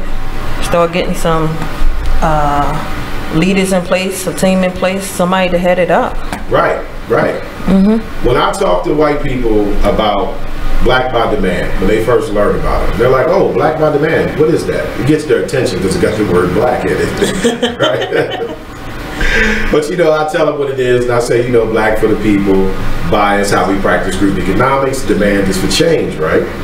And I say, you know, we're trying to promote us educating ourselves and working towards solutions to solve our own problems within our communities. You know what white people say every time I say that? Great. Right. I really like that. I applaud you for that. Finally, they get their shit together. Well, what they're experiencing is, oh, you're not blaming us? Oh, great, wonderful. You're taking accountability. Right, you're taking accountability for yourself. You get what I'm saying? So, you know, the average white person really isn't going to be offended by that. Haven't Dr. Claude Anderson been working on this forever now? Dr. Anderson has been my hero ever since I first learned about it, because he is the one on the forefront for me that's trying to wake us up to the reality of what's going on. Like, it's unfortunate, but like, black people don't even know what's going on in this world, man. You know, we know what time power come on, but we don't know. You know what I'm saying? We don't know how we are becoming a permanent underclass in American society. You know? And so like, everybody can't just be focused on entertainment. And then the entertainers who got the money, like, they under certain rules and restrictions, they ain't gonna be able to come forward and really do something for the black community. Because if they do, then the people that they work for take the money from them. That money will be gone. You don't believe me, celebrities? Try it. You won't be a celebrity no more. And we can also start small by just simply just supporting black-owned businesses. That's right. You can start small, support black businesses. You can support the Black by Demand radio show. We do this for the love of our people. We do this because we know media is not going to give black people proper knowledge on things that we might need to know about. You know, and you know, we take all the support we can. If you're a black business owner, we're always looking for sponsors. You can sponsor the show. We'll have your, you know, business printed up live during the show between the commercial breaks, and not just for our show, but for all shows here at the radio station. Big up to Be Exposed Radio.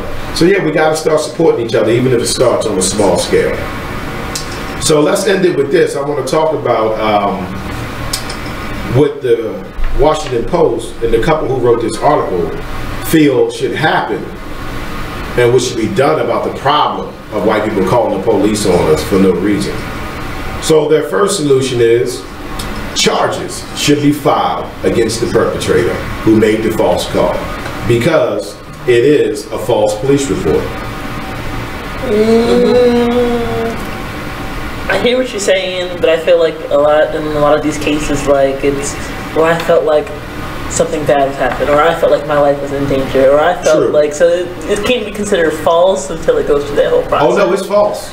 Yeah, but according to the law, it's false. Why? Because you're lying about what the black people are doing. You're saying they're disturbing your peace, and they're not. That's a false charge. Think about that. They're saying that these black people are disturbing their peace. Like, you can put any details to it, but at the end of the day, that's what they're saying. My peace is being disturbed. I don't feel comfortable as a white person because these black people are here. And it's a false charge. It's just like if you call 911. If you call 911 and they get there and it's like false charges, you ain't gonna be able to do that but like 1 or 2 more times. They're gonna charge you. White people are calling every day. Yeah. You know what I mean? Multiple times a day. So I think they should be charged because it's a crime to file a false report, you know? And now America is supposed to be a Christian nation, right? Well, that's one of the 10 commandments. I think it's commandment number 9. Shall not bear false testimony against your neighbor. So even God thinks it's a charge. Yes, what I'm saying? So maybe they should be charged. And they also said that when places of public accommodation enlist the police to remove people based on race, the owners and the managers should be investigated and prosecuted for filing false police reports. So they're saying that even the business that does it to you should face charges, aka CVS with the coupon. She got the police called on her, you know what I'm saying, for presenting a coupon. See, that's a false charge. They should be, you know, bringing charges against the store, against the managers. Because think about it, if they did that, right, that would make the stores crack down on it. If the stores knew that they were going to get in trouble for their manager being paranoid, you understand what I mean, and calling the police on black people for coming to patronize their store, at some point the managers are going to crack down. And they're going to start changing rules and say, if you do that one time, you're fired. Because you ain't going to get us caught up. And I definitely agree, because even now with everything that's going on, like the managers should have already had this talk with their, you know, employees at this point, because it's too much going on right now. So it should already be established. So if something happens right now within your business, yeah, absolutely, the manager should be investigated. Especially with the pot bowling right now. You know what I mean? Like this is worldwide social media. Right, exactly. You know? The white people in America, from Trump down to the racist white people that's calling the police on black people, they are successfully embarrassing America. Yeah, they're embarrassing us as a country. You know, like the rest of the world is looking at America like, whoo, man. There's always something going on. And they supposed to be number 1? You know what I mean? They supposed to be the leaders of the free world? It is looking pretty bad right now. They're embarrassing us. They're embarrassing us. So, the next thing they said is sue. Sue the perpetrators. Civil law provides ways to strike back at those who make 911 calls just to report the presence of a black person. Black people should sue callers for defamation and malicious prosecution for reporting to the authorities that they're threatening or somehow don't belong in the space they have a right to be in. I agree with that. Absolutely. Sue them. Definitely sue them. Sue them. I mean, that's what they do. O.J. Simpson got found not guilty and still got sued. Right? Civil suit, Did he really? Yeah. Yeah, they sued him. For what? Exactly. He was found not guilty. What would they sue him for? Like, that doesn't make any sense. Wrongful death. Yeah, but do you absolutely think if the roles were reversed right now that wouldn't be plenty defamation lawsuits right now going on? Right. If this was us doing that to them, you'd be getting sued. You'd be getting charged. You'd be getting sued. They would come at you with the book. Now they say they throw the book at you. They throw the book at you.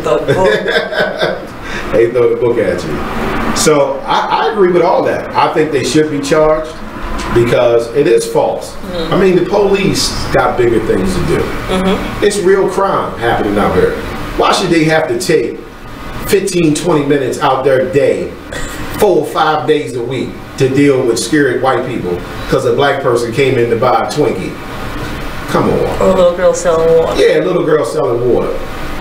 If anything, it's exposing how deep that hatred is. Right. That's a deep hatred when you a grown woman. You can be that little girl's great grandmother and you call the police on her. for selling water. Right. You understand what I mean? Or what about, actually that woman wasn't that old. I'm thinking of the woman that harassed the little boy with the candy bars.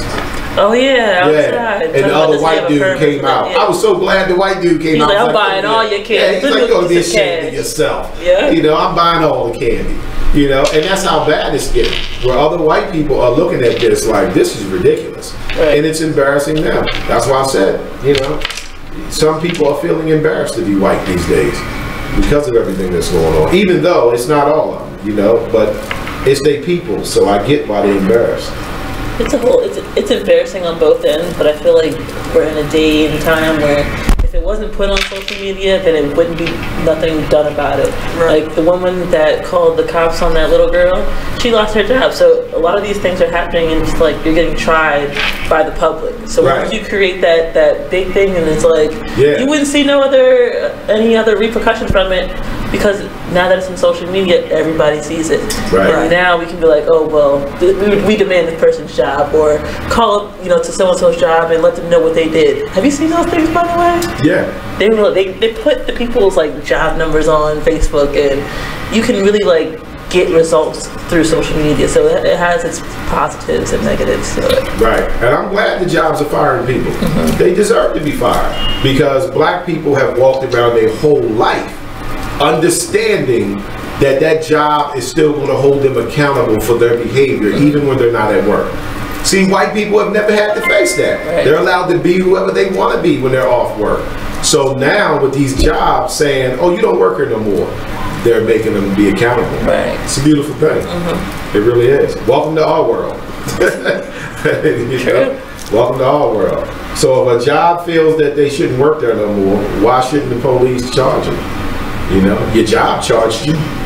They charged you with termination. Right. You ain't representing us well. You know, I'm just saying it's false. It's false. It's false testimony. But look, I'm gonna read this last comment from Javon. This is getting back to when I spoke about Asian people. He said the Asians still have their countries of origin. They have their systems and political process. America is a hustle for them. The only country and system we know is America. We don't have any real roots anywhere else. Yeah, that's true. That's true. But somehow we got to try to make it our hustle too. Okay. Yeah, because we too busy, because I just feel we've been trained improperly. We're trying to integrate into everything. Mm-hmm. Oh, and here's my other question. Where are the black leaders on this? Anybody heard anything? Crickets. But yet, remember I said on other shows, we don't have real black leaders. Remember I said that before? See, that's what I'm saying. If we got black leaders, why they ain't stepping up dealing with this? Yeah, we got rappers and basketball players. Right. Entertainers. Right. Yeah, where's the black leaders? I don't know. We haven't heard anything from anything. We supposed to have people in position who are fighting in the higher positions to make something happen. And this is going on for a while now. Do something to white people that they're not comfortable with, they will create a law where you can't do that no more. They will. That's just how they get down. They make the laws. Now, we should be fighting kind of the same way for the people who's involved with that. There should be pressure on whoever controls that. Mm-hmm. Congress, politicians, governors, whoever. I don't know. I don't get into their political process that deep. But it should be pressure to create laws to give consequences for people who are doing this. Mm-hmm. Because it ain't just us. They're doing it to Spanish people too. Right. I've seen quite a few videos. Even Puerto Rican people are starting to catch it. They didn't wear their own shirt. Like the girl had on a Puerto Rican flag shirt. Right. And she had to go through it. She was being harassed. Cop did nothing about it. Can't speak Spanish. Right. Like it's just.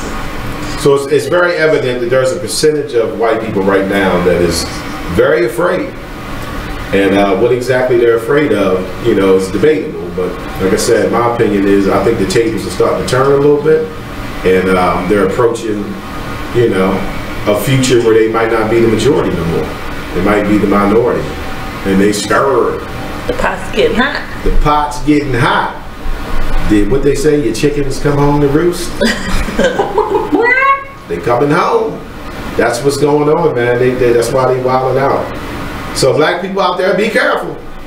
Better cut all that smiling out. That's terrible. You giggling. That's not even funny. Oh man, yeah, I laugh not to cry. Cut all that good time out there. I really like the part about suing them. Wouldn't that be nice? Wouldn't that be nice? But who has those resources to do all that? Well, not even just the resources. You're going to them to sue them. Yeah, it's probably not gonna work. Judge throwing that out. Yeah, Judge throwing that. He throwing that all the way That's out. not even worth his time. He gonna tell you he appreciates your efforts. Appreciate your efforts. A lot of y'all not thinking that way, but I appreciate your effort. I tried. Unfortunately, I tried it. we got to put this on stat docket. Mike was like, stat docket. Okay, we getting somewhere. No. What does that mean? Stat docket. See, that's what I'm saying. You don't even know what that means, right? That's how you'll learn. I know you leave court, they be like, look that up. It's a little homework for you. Make me Google it right now. Put that on the stat docket. What about PBJ? You know what PBJ is, right? Don't you dare say peanut butter and jelly. Don't do it. That's the first thing they get to What's a PBJ? It's probation before judgment. See. Well, it's good that I don't know that.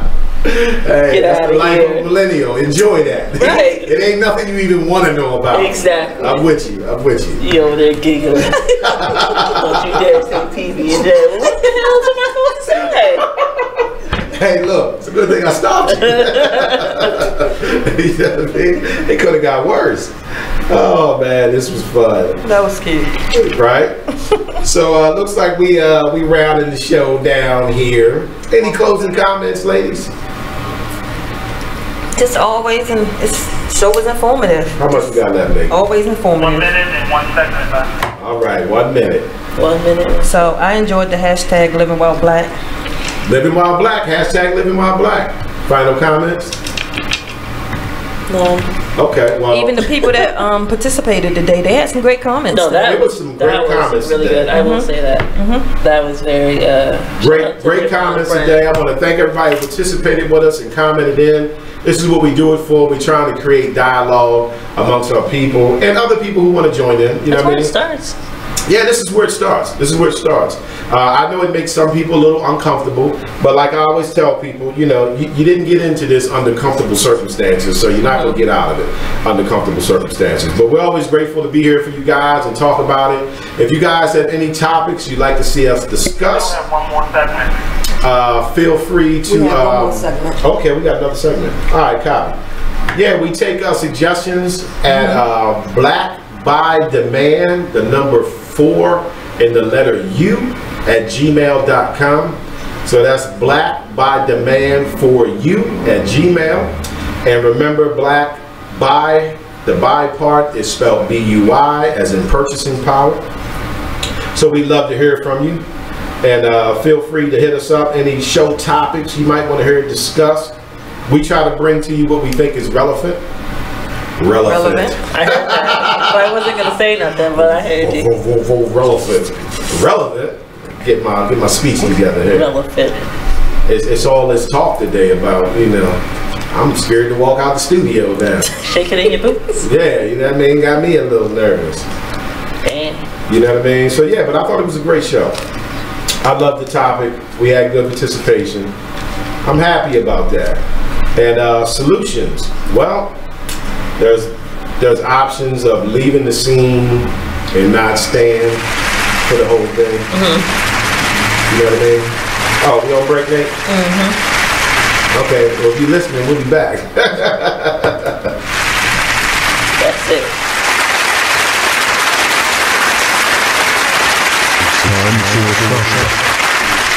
I think all Aries don't know. It's just the one you had. That was just a long line, you know. But it's always something that you can go ahead, Melissa. Can you recollect any signs that you might not get right? October 15th or 16th. What is that? They're Libras. See, I've had some good Libras and I had one really bad Libra, but he was white, so he his back anyway. So I don't. Wait, hold on, wait a minute. Demonstrate. You got to demonstrate the back. No. Ain't no way. Not the how they bust? Boy, show how they bust.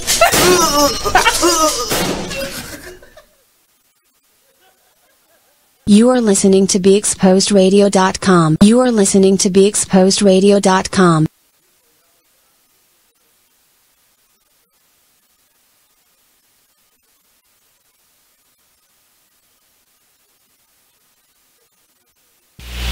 Join the Just a Bit Outside crew every Monday, 8 to 10 p.m. on BeExposedRadio.com. You want to start off? I think I'll get it out of the way on a who's not. Okay, do it. The Orioles. Right. They got swept by the Royals. They lost 4 in a row, and You are listening to BeExposedRadio.com. 5 minutes. Come on, give me some advice for 5 minutes, ladies. Pretend I don't know what to do with this situation. What should I be doing when I get in these situations? Well, I mean, you can be preparing your kids more. Can I call the police? Before they going out the door. You can't prepare Can you call the police on somebody that called the police on you? I hope so. 'Cause that's what I'm going to try to do. Nice. I'm going to be like, oh, you called the police? Right, I got one for you. I called the sheriff's office. I'm calling state troopers. Right now. No, that's a good one, Samantha. Call the police on who? Call the police on you. I like that. Right. Can you call the police on them? Be like, they harassing me. Call the police on everybody. So what do we feel about not going? Simply like staying out of the situation? As much as possible. You know, like... But then you get into like, well, why should I change the way I live my life for them? Right. Because you could get arrested.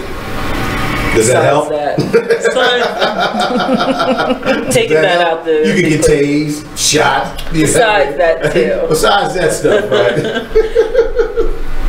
So avoidance could be considered though, right? Right. Yeah. You know what I mean?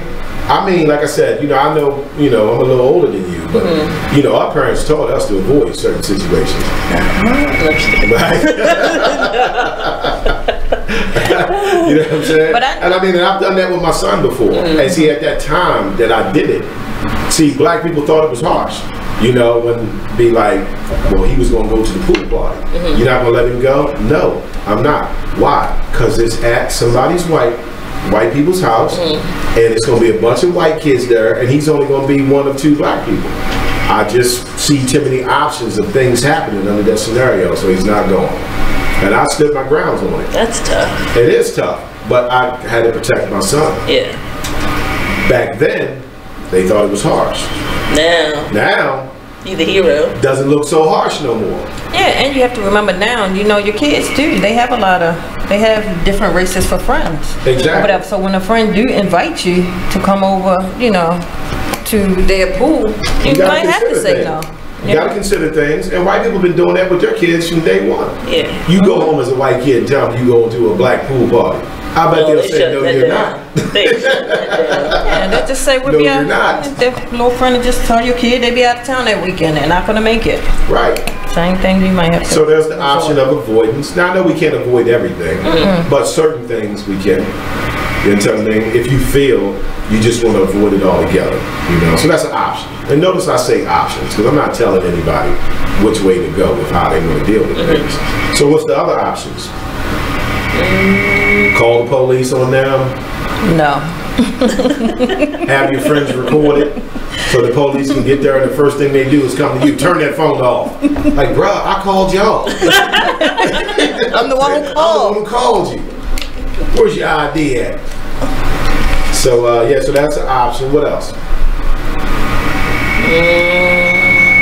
Kids. What we going to tell the kids on this? Man, you got grandmothers rolling up on little boys selling candy on the corner store. How do you even prepare your child for that? I have an answer to that, but I won't say it. Oh gosh. Because it's private. But you can prepare them for it. I'll just tell you this. For me, it's all about accepting reality. So if you figure that out from there. I got what we saw in that situation was reality. I prepare mine for reality. There's a reality in this country that black people don't like to face. That's pretty much how I prepare mine too. Right. Just prepare them for reality. And there is a reality. And when we're not prepared for that reality, it's ugly outcomes.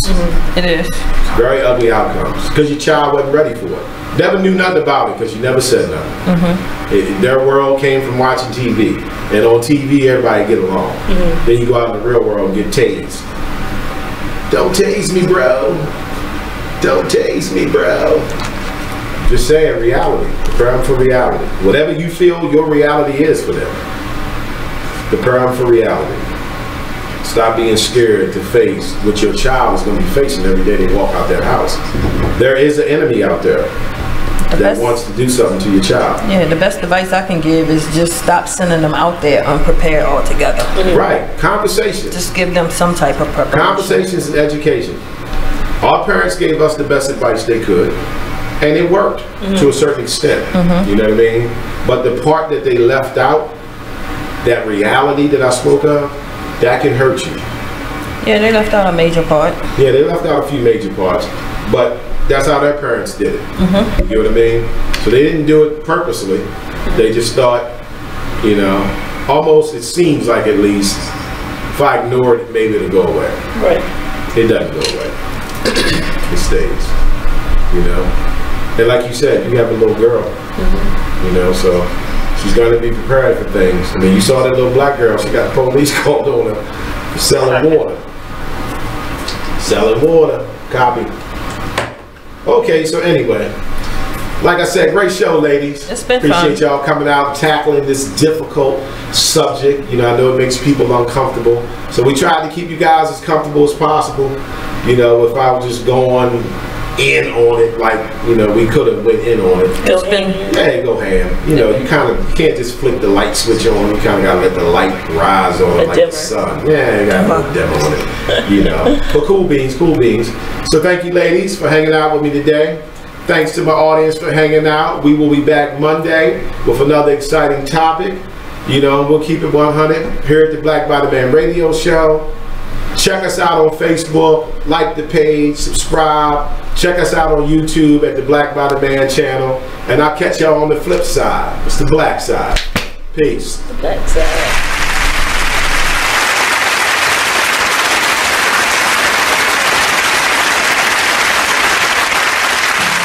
Out this flashback from Sunset Soul Radio. You know, just us as a people, I feel like you should not feel good about that. I'm not quite sure why you would feel happy